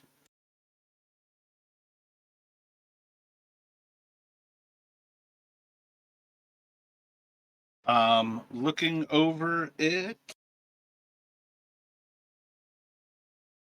Oh, if you wanted investigation, it would be a -2, -1. Word. Yeah, I don't think it has any real treasure. Everything about it is pretty well tainted. So I think with a 1, yeah, looking over it, nothing here appears to be really worth looting. Okay, cool. So yeah, I'll just gather my spear, and then that's I think it for my turn, right? So as he gets a little bit closer, Paris, you can now see that Faint is just outside of like 10 feet to your northeast. You're kind of surrounded by these creatures as they all run forward. And Faint, what would you like to do? I can't see anything anymore, so I guess I'm staying put. Um,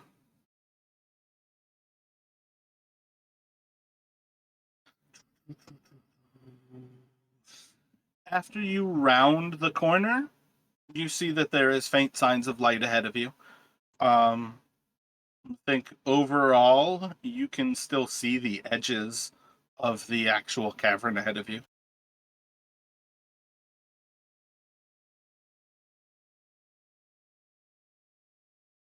I'm still going to wait. I'm just going to say it this way. I guess I'll hold an action to attack it just in case something does come around the corner towards us, but I don't think it will. But I don't want to waste it. Gotcha. Paris, what are you doing? Faint's telling you to go towards the east. Yeah, but he's not moving. And Yeah, why can't I see anything? Because I'm not going to show you guys stuff when you don't have light. I want players to carry light sources, and right now Ezekiel is the one with the light source. Yeah, but can't I like see something? Dark vision? Yeah, you can see faint. You have dark vision. You can see faint to the northeast of you, and you can see the actual tunnel goes to the north of you and it goes to the east of you. All right, I'm gonna just move up to where he is. You got a light source you can get out on your turn since you got a spare action. I got a torch. Apparently, I have a torch. In fact, I have 10 torches. Okay, I have a torch. You're going to use your action to light the torch? I will light the torch with my tinderbox that I also seem to have. I thought you didn't have any torches before we were cooking meat. I didn't think I did. She was holding out on us after we. I did not realize I had torches. Like, apparently, I packed them. Like, the 10 pounds worth of very bulky torches that I forgot I packed. No, that sounds about right. It's like a girl digging through her purse, and she's like, "Oh, there's a shovel in here," and you're like, "A shovel in your purse?" Yeah, like Never that. underestimate the power of a prison pocket. So, Ezekiel, Paris sparks a torch up to the northeast of you. You can see that there is a path to the north. There is a path to the east. What would you like to do? So these are 10-foot squares. You said. I think it's gonna take me all my movement just to catch up to them. I have 60 feet, so I will get as close up to them as possible, and then I will just say, to the north or to the east. Make your decision. I'll stay with you.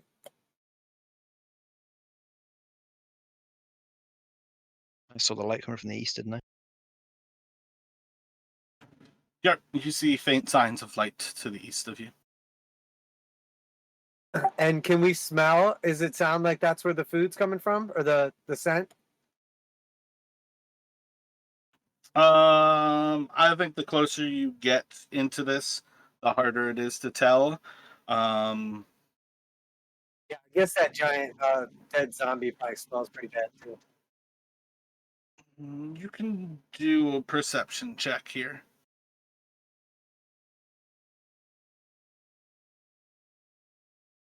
Nice. Yeah, I feel like that's one of those Gandalf moments where you're just gonna walk forward and you're just gonna think like kind of that. I don't know. It just feels a little bit better to go to the right. Okay, perfect. So yeah, I'm gonna move up 60 feet, and then that'll just end my turn. I guess I'll just say, this way, my friends. Yeah, I mean at this point you guys are in the traffic jam for moving. I think that's probably the best that you can do. Yeah, that's cool. So, Faint, what would you like to do? I'm going to move 30 feet this way into the east. Like you're dashing or using Oh, your bonus action? well, look, I'm just going to work out how far I can get my normal movement first. So that's 3 tiles so far, which means that's 51 Yeah, so feet. 3 is your normal. Yep. Oh, only 3. I thought that the big squares were 10 and the individual tiles we're on was just a 5. Is it? If you guys move your character, this is spaced with 5-foot tiles. If you're looking at the squares on the map, those are 10-foot tiles. But the map, like the virtual tabletop, is squared out for 5-foot squares. Like if you measure square to square, they're 5 feet. If you move your character with the arrows, it's a 5-foot move. Yep, so I've used the arrow keys on my keyboard to move 3 squares, so that's 15 feet so far. And then so Yep, to go that's your down here. full movement of 30 feet. If you dash, you can use an extra 4. If you use your bonus action dash, you can move an extra 3 beyond that. Because it's difficult terrain. That makes sense. I was confused by that also.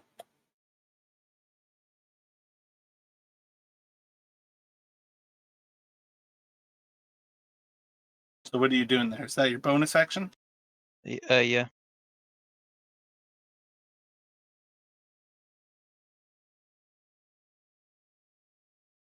See, there's a little old lady who's just standing by a little cauldron, and there's just a faint bit of light scattering off of beneath the cauldron, and she's just stirring it. And as you pop out into view, she just, oh, hello. Ah.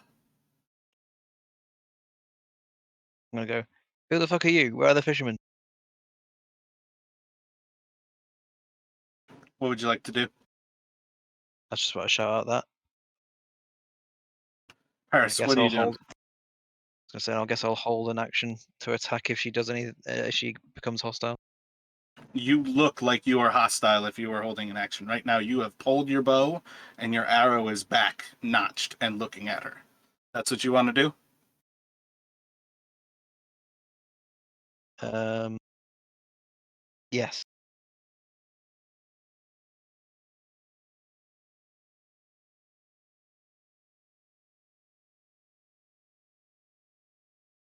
All right, so I will follow him down the stairs. I guess all the orc, and berserker people are coming with us. Your orc guy can. You guys will roll attack for the berserkers, but they're still going to move on Justin's general turn. I meant like as a group. They're not like hanging out with the dead giant creature. All right, so we see a woman, like a human woman, human. Human woman. She's absolutely incredibly old, but she's just sitting there stirring her cauldron. She's got a big old look of surprise on her face as Faint walks around the corner and is holding an arrow to her.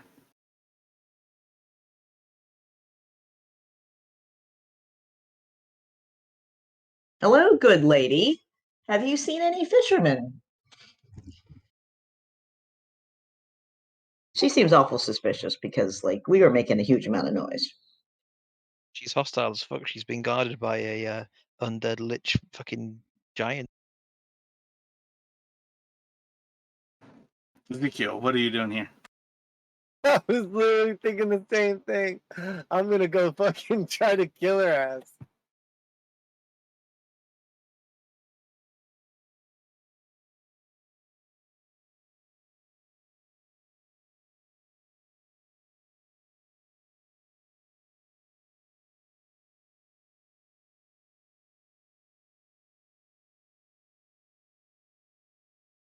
I think I need to run to be able to see her, because I think that was 30 right there.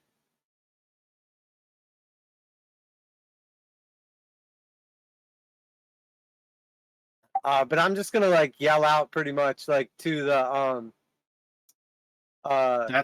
That's like the farthest that you can get is that line. That would be with a dash action.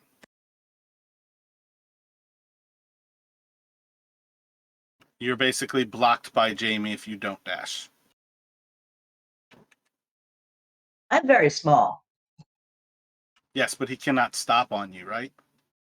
Can you be in the same space as a small No. creature? I don't think so. no, well, it's difficult ground, like regardless. So I'm just gonna move as far as I can up to the front for like the light purposes, dashing, and then like yell for all my berserkers, kill the witch.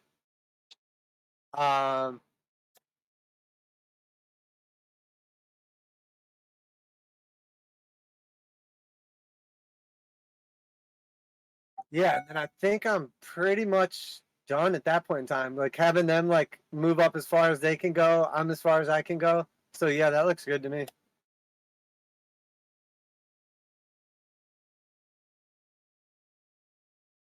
Faint, what are you doing?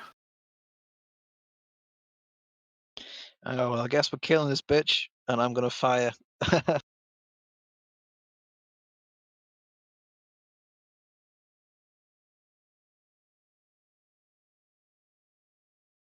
How long's the battle cry for? It's a full minute. I think you One- still have advantage, so I think that's 13.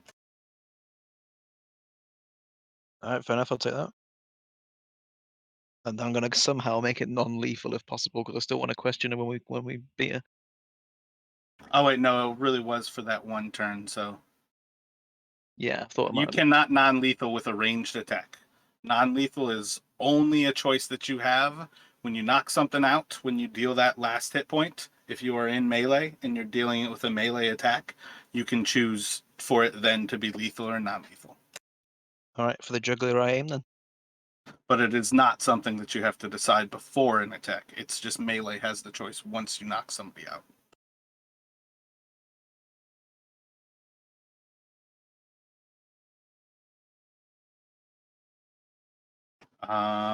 Let's see. Those creatures won't make it yet. Paris, what are you doing?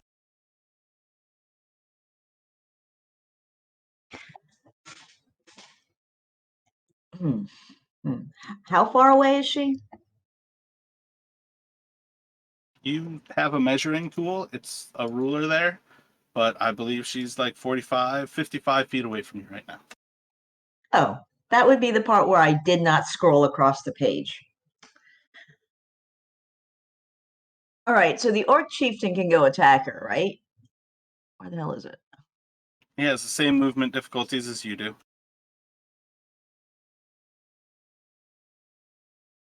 And can I send him in ahead of me? Like he can get like 3 squares over, right?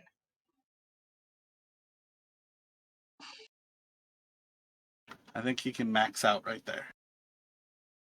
That's it? Difficult terrain, and then there's other bodies to get through. All right, bodies. Yeah, bodies. All right, well, I don't think I have better range than that. Okay, dart says 20 and 60 feet, so I can throw a dart at him, right? Since we've decided she's the enemy instead of just somebody's grandmother. Nice old lady in back of dungeon place with Disadvantage, go for it. She could be somebody's grandmother. It doesn't stop her from being an evil bitch. giant's grandmother.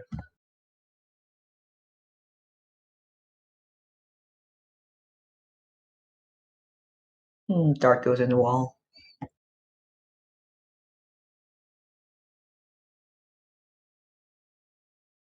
I try not to judge people, but I feel like if you live in a cave with a zombie giant guarding the entrance, you're probably evil.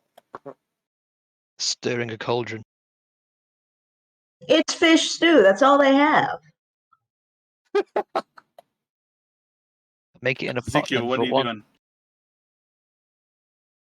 Oh, okay. I'm gonna have my herd rush them or rush her.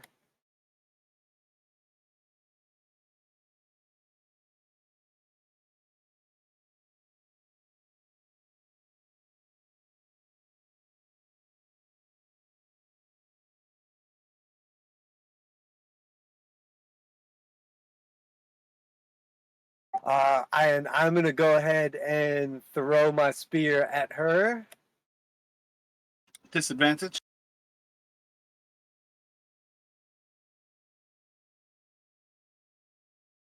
Do you remember Loris had those like guardian kittens? He is level 2.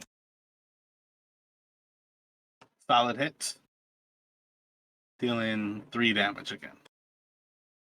Oh yeah, I do remember that. Yeah. Those were so cool. That is one of the most powerful spells in this entire game. Guardian kittens. It works as well when they are kittens, yes. Spirit guardians. That's it.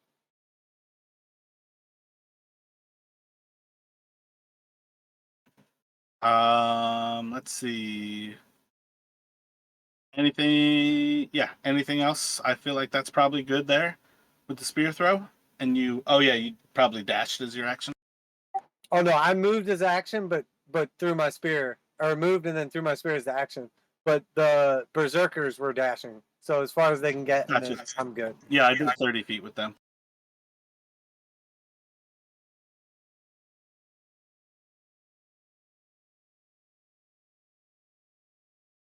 So on to Faint. What are you doing?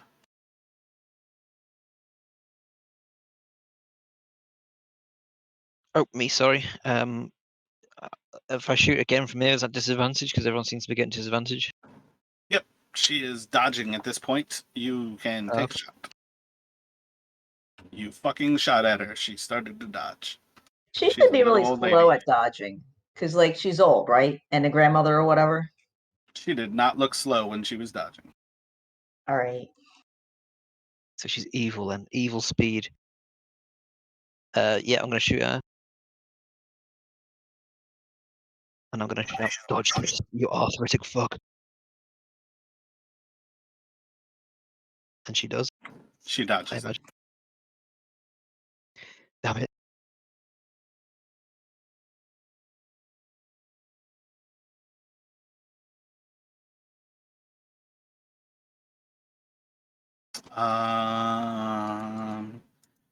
Yeah, he's just going to kind of plead towards Ezekiel and just say, "No, no, what is wrong? What are you doing?" As her face just like explodes in blood and pus. I need wisdom saving throws from.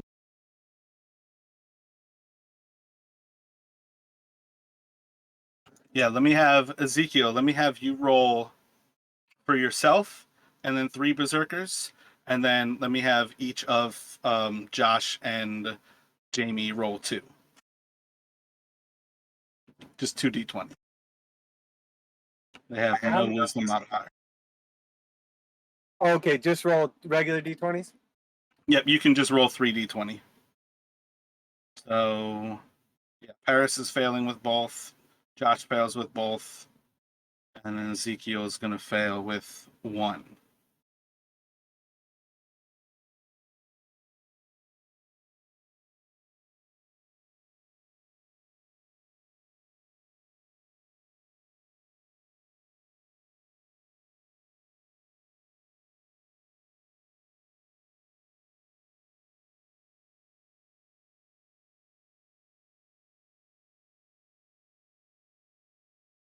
Hey, not to be difficult, but why do the conjured things have to do wisdom saves? Because she just used an ability that everything within 30 feet of her has to make a check or it is afraid of her. Because she just melted her face in front of you all.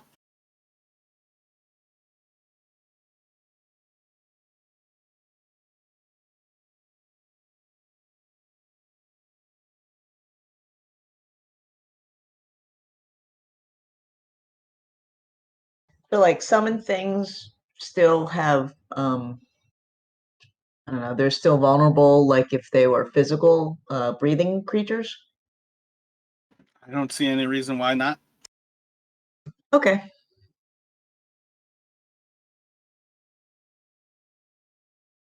When you summon a creature, it's a creature the same as anything else. It just comes into existence in a different way. Okay. And Ezekiel passed his, so yeah, 5 of the berserkers are afraid.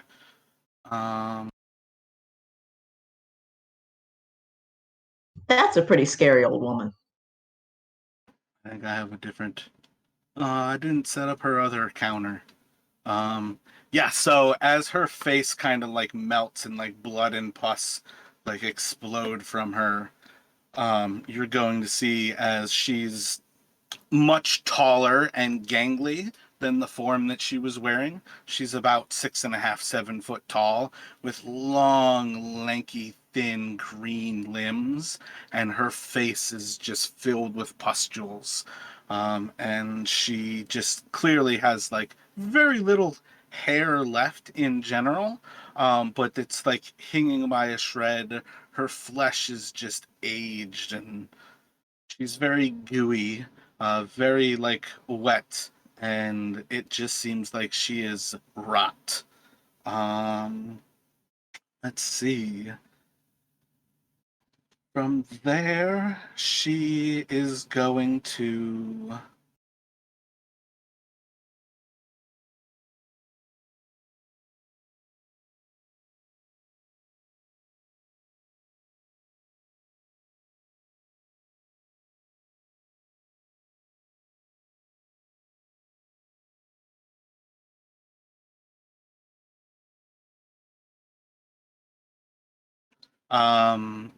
Let's see, whose is that?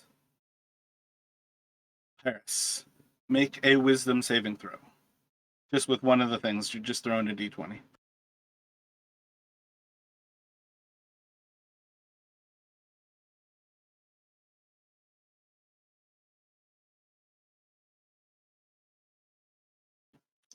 So she like does that as her body transforms, and then she focuses her eyes on the most forward of all of the berserkers, and as she locks eyes with it, her eyes begin to just glow and pulsate in a dark blue, and it just seems like she's just focused on this creature for a moment, and in just a moment you hear him scream, and then he stops, and it's gonna go to Paris. Oh wait, no, there's one more thing.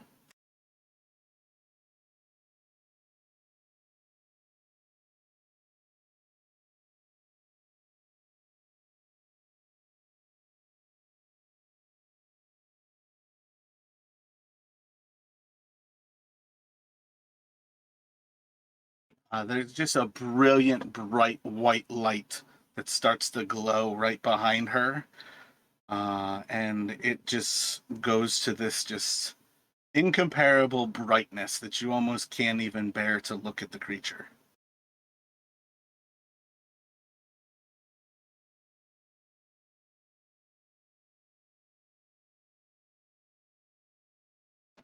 And it's going to move forward, and it seems like the light is going to reach out and touch it. I wish it was vulnerable right now because I think that's a miss. Yep. And it's going to fail there. And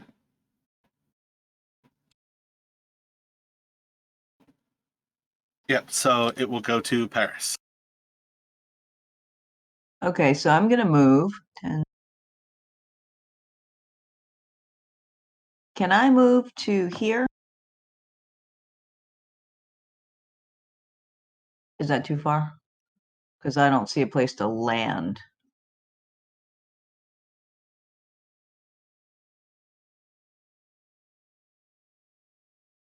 I think that's as far as that you can get right now.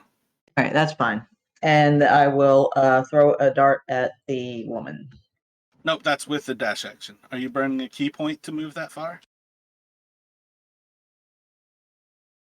If you want to throw a dart, Can I throw a dart and get that far, or I need to go like I need to be able to do an attack? So can I throw a dart? you can throw a dart from back there. That's as far as I can get. It is difficult terrain. You can only move 15 feet. Okay, fine. All right. Well, dart can still fly, right?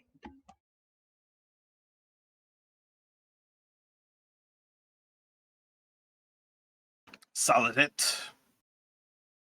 All right. And it goes through her shoulder, I guess.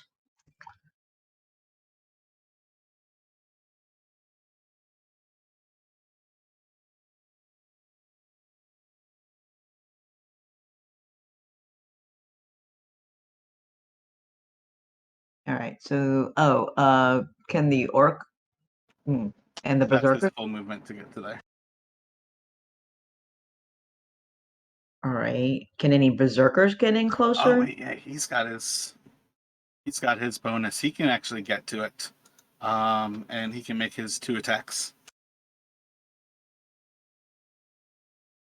So that's 2d20. 2d20.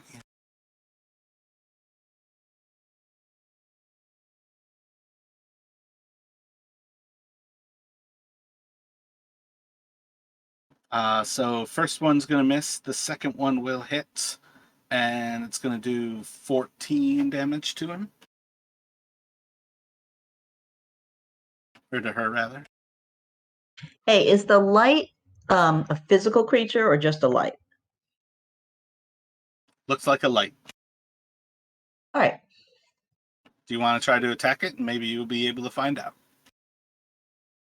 Yeah, can I have any of the berserkers do that? Or we have 5 of them that are afraid. You've got one of the berserkers that is in contact with it. You can certainly make an attack with him. He can go berserk, giving himself advantage, and he's at disadvantage because he's frightened, and the witch is right behind him. Well, how do you know she's a witch? Turn me into a newt. So just a D20? Straight D20, yep. I got better. Yeah, I was gonna say you can get better from that. Then.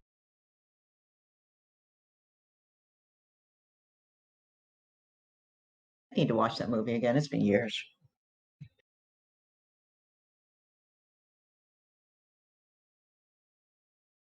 Swings out at it. You can't really tell if it did anything. The light's not screaming in mortal pain. That it is not. And that will go to Ezekiel. Okay, so if I'm still controlling 3 of the berserkers, I'm gonna have them all move closer to the witch. But if they can't get close, like by the wisp or whatever, like to attack it, if that makes sense. Like I don't know which 3 I have, so if they can't move and get to the witch, I want them to all move towards the witch, but then attack the like wispy thing. Maybe I'll have one go straight to the witch, like just run. You have 2 of them that can make it, that can actually move. The other ones, all of the ones that are frightened, cannot get closer to her. Okay, so I'll have the 2 that are not frightened go towards the witch as fast as possible. Yeah, so that one can make it and actually battle with him. That one has to actually take the dash action to get close. Okay, cool. And then the third one will just go towards the wisp, or it can't move at all. Towards. Yeah, the other ones can't move. Okay, I got you. They can run away, but they can't move any closer.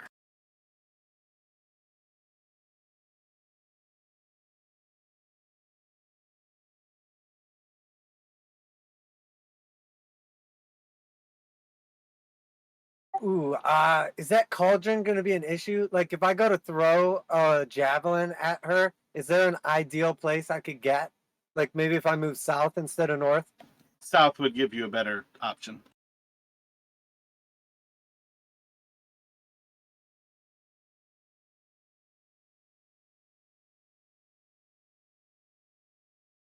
Maybe like right there. And then I'll just throw a javelin at her. Free action, pull it, and then action, throw it.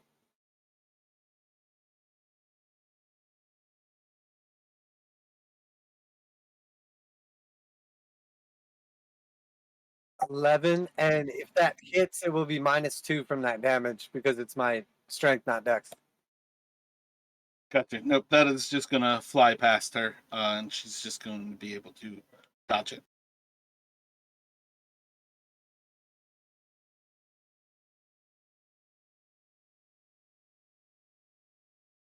Anything else from you? No, that should be it. So I need 1 d20 from Ezekiel, and then 2 d20s from Faint and from Paris. So my guy's gonna go reckless on her. Oh yeah, I forgot about that. The one who actually made it, he actually has, what is it? They've got 1 attack, and yeah, they always go reckless. They're reckless motherfuckers. So that's the actual attack, and then do 1 for the actual wisdom saving throw that you have.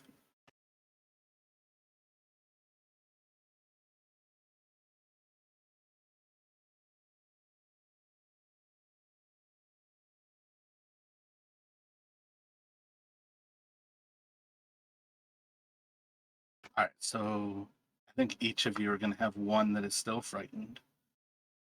Faint's first one is still frightened.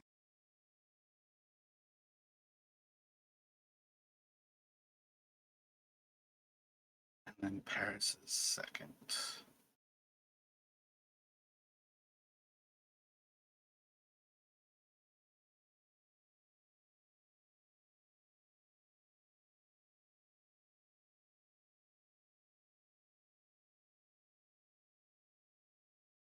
And it's going to go to faint. I'm just gonna raise my bow again and go, "Where are the fishermen, you crazy old bitch?" And shoot again. And it's a miss. Yep, she's just able to dodge out of the way of it. And it's going to go to her. Oh shit, that's not even an ability.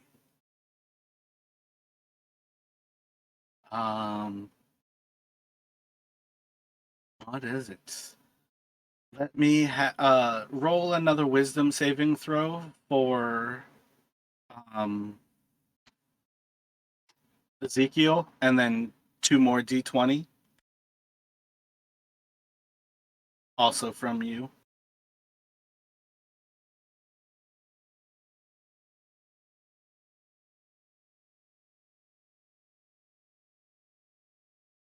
I guess realistically.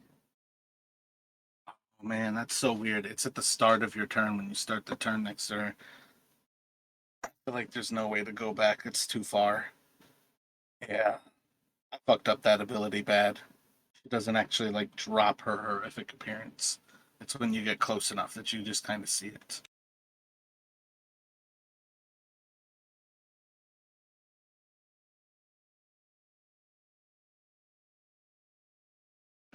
I think she's just gonna grovel. I think she's just gonna drop to the ground and just ask, "Please spare me. I am your servant. I can give you great treasures. Spare my life."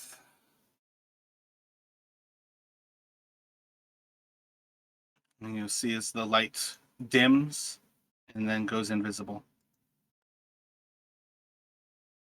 Paris, what are you doing? So, have we figured out anything about this creature? She's evil as Pretty fuck. horrific. You've seen everything. What have you figured out, Jamie, from encountering this creature? What are you thinking is Paris right now? Well, she's asking for mercy, and I tend to think, um, I don't know, she's asking for mercy. She's not trying to kill us. I don't really want to kill her, but I think it's okay to kill her. So I go either way on that. So what are you gonna do? Wait for one of the others to decide to kill her. Which is the kind of thing I generally do. So you can hold an action, like drawing a dagger and preparing to throw a dart at her, and you're basically like holding a dart behind you as you pray a prayer to throw at her, or you can like take the dodge action in case she decided to attack you, but you're more or less at that, like, what kind of waiting are you looking to do here? I will first move up, and then I will wait some more. And I'll ready, I don't know, a dart, since I'm not that close. That's not me.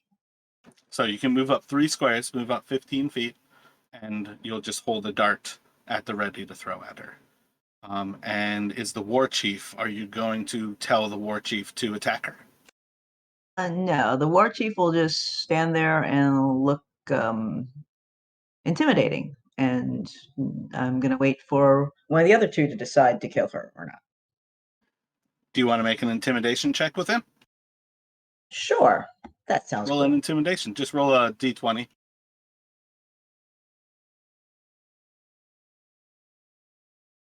Use his strength modifier for the intimidation. So yeah, she's like crumbled over into the ground at his feet, and her massive, like 7-foot frame is just tucked into this tiny little space, and she's almost the size of almost like a small little mailbox, like a file folder. She is tiny. How small she's shriveled up below him. Ezekiel, what are you doing? Oh wait, now I need you to roll, I think, a wisdom save for you, and then a wisdom save for each of the ones on her. So yeah, you're gonna be afraid this time. Oh, so what does that do? You can't move closer to her, and then you're at a disadvantage to attack her.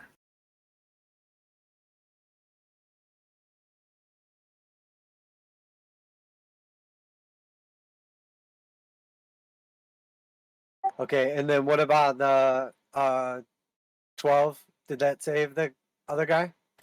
Yeah, one of them is good. The other one is just he's frightened, but he's on her. So if he's still attacked, he would just be a straight roll.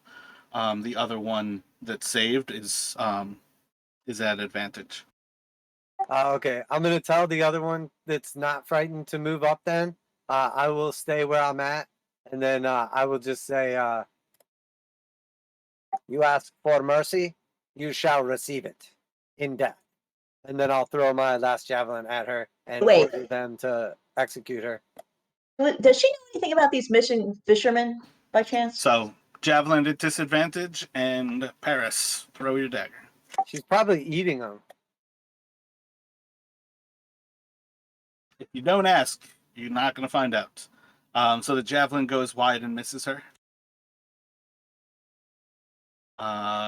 I don't see any reason why Paris would have disadvantage. Dagger's going to stick into her. She's pretty severely bloodied at this point.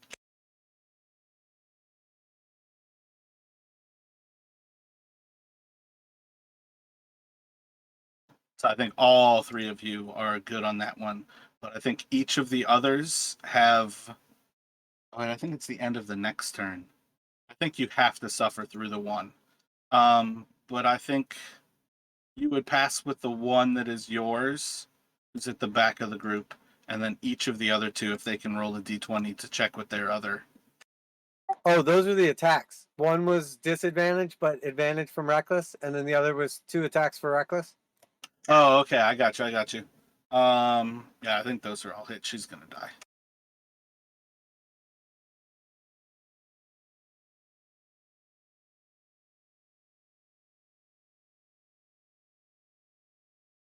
So first,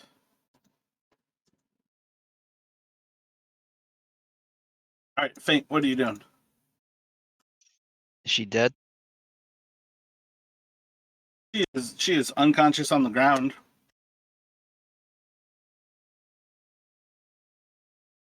She seems dead for all intents and purposes. Right, see how far forwards I can get. I think you could do a total of 10 spaces if you wanted to move with everything you had. I can get to here, and I'm going to say, tie that bitch up to let her get free.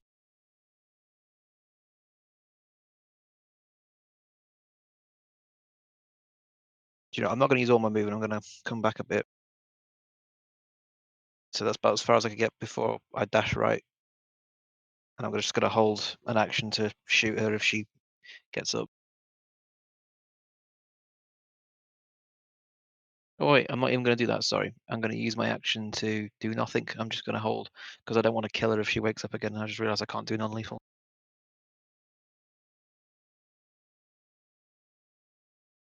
And I'll go to Paris. I'd like to look in the pot and see if there's like people in it, and can I see anything can I tell anything about the surroundings? Like, are there people, parts? Roll an investigation.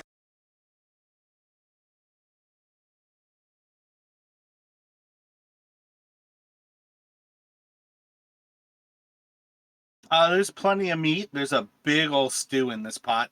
You could probably easily feed about 300 or so people on the amount of food that she is cooking in there, and it doesn't lack for any meat. So I can't tell if it's people. But it's not fish. Nope, you rolled pretty bad for checking to see if it was people. But it's not fish.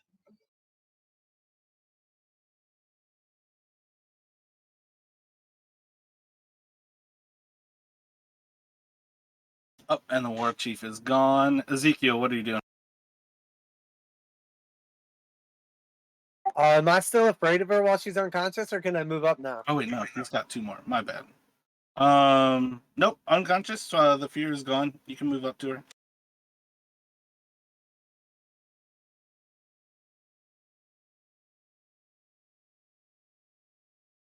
So I'm just gonna keep moving up, and then I'm gonna order the berserkers. She is too powerful to be left alive. Purge her from this world and of the existence. And I'm gonna have them attack her. So they just hack her to pieces. Save the head. No mercy, no respite. She lost 2 death saving throws on your turn, and I rolled a 9. She died. Nice. Oh, sorry, too late, Josh. Yeah, she was too strong to be left alive. I feel like we have our guys, which is good and everything, but you never know what kind of crazy ass spell she's about to do. Yeah. Oh yeah, I was all for killing her. I just wanted to question her first about the fisherman. And Yeah, maybe see if she had something she could offer us and then kill her anyway. I feel like it's probably not a bad idea to like question stuff, but there's something about like magic users that just, especially at level 2, where I just don't want to risk it.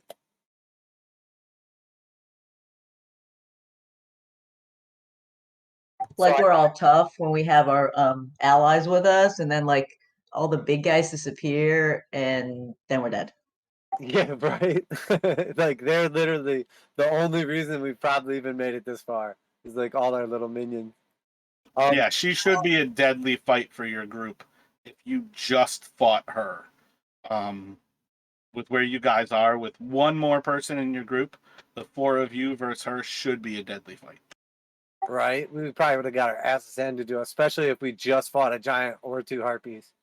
So now if we kind of like look around, do we see like human remains or armor or anything? And do we see any? She talked about treasure. Do we see a treasure chest or anything? There doesn't appear to be any treasure around here. And what about like human remains or like armor, as if people were like stripped down and thrown in the pot? Because I'm just assuming she was eating people. You can roll investigations.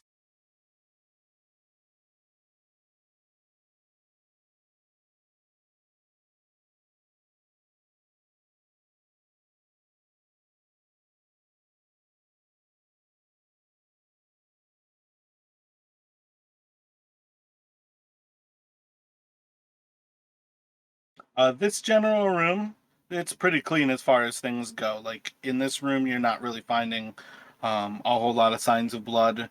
You're not really finding anything bone-wise. In general, this room looks pretty good. You just left a room that is pretty bloody, and you still haven't found like all the bones for it. So there's some level of you still think there's a place to be looking. Looks like there's an opening to the north, but yeah, bit concerning what was in that pot. Anybody tasting any of the food in the pot? It smells delicious. Oh, hell no. Definitely not. It's not trout. Been thinking about trout for so long. Paris, make an intelligence saving throw.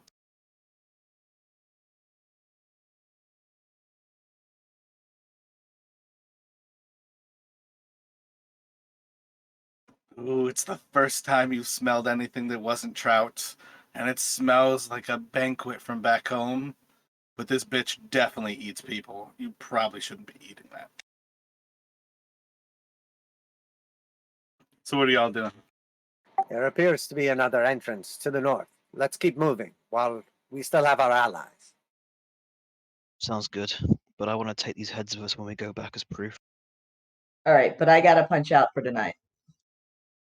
Yep, as you guys walk to the north, as you guys walk to the northern end of the cave, it is all bones. There is a thin little walkway where you can see like broken wood like at the edge of the ice. She's basically dragging these people up in their boat, hacking them apart in the actual room with the giant. And as she eats them, as she cooks them, she throws the bones into this area. And we'll pick up with you guys here next week.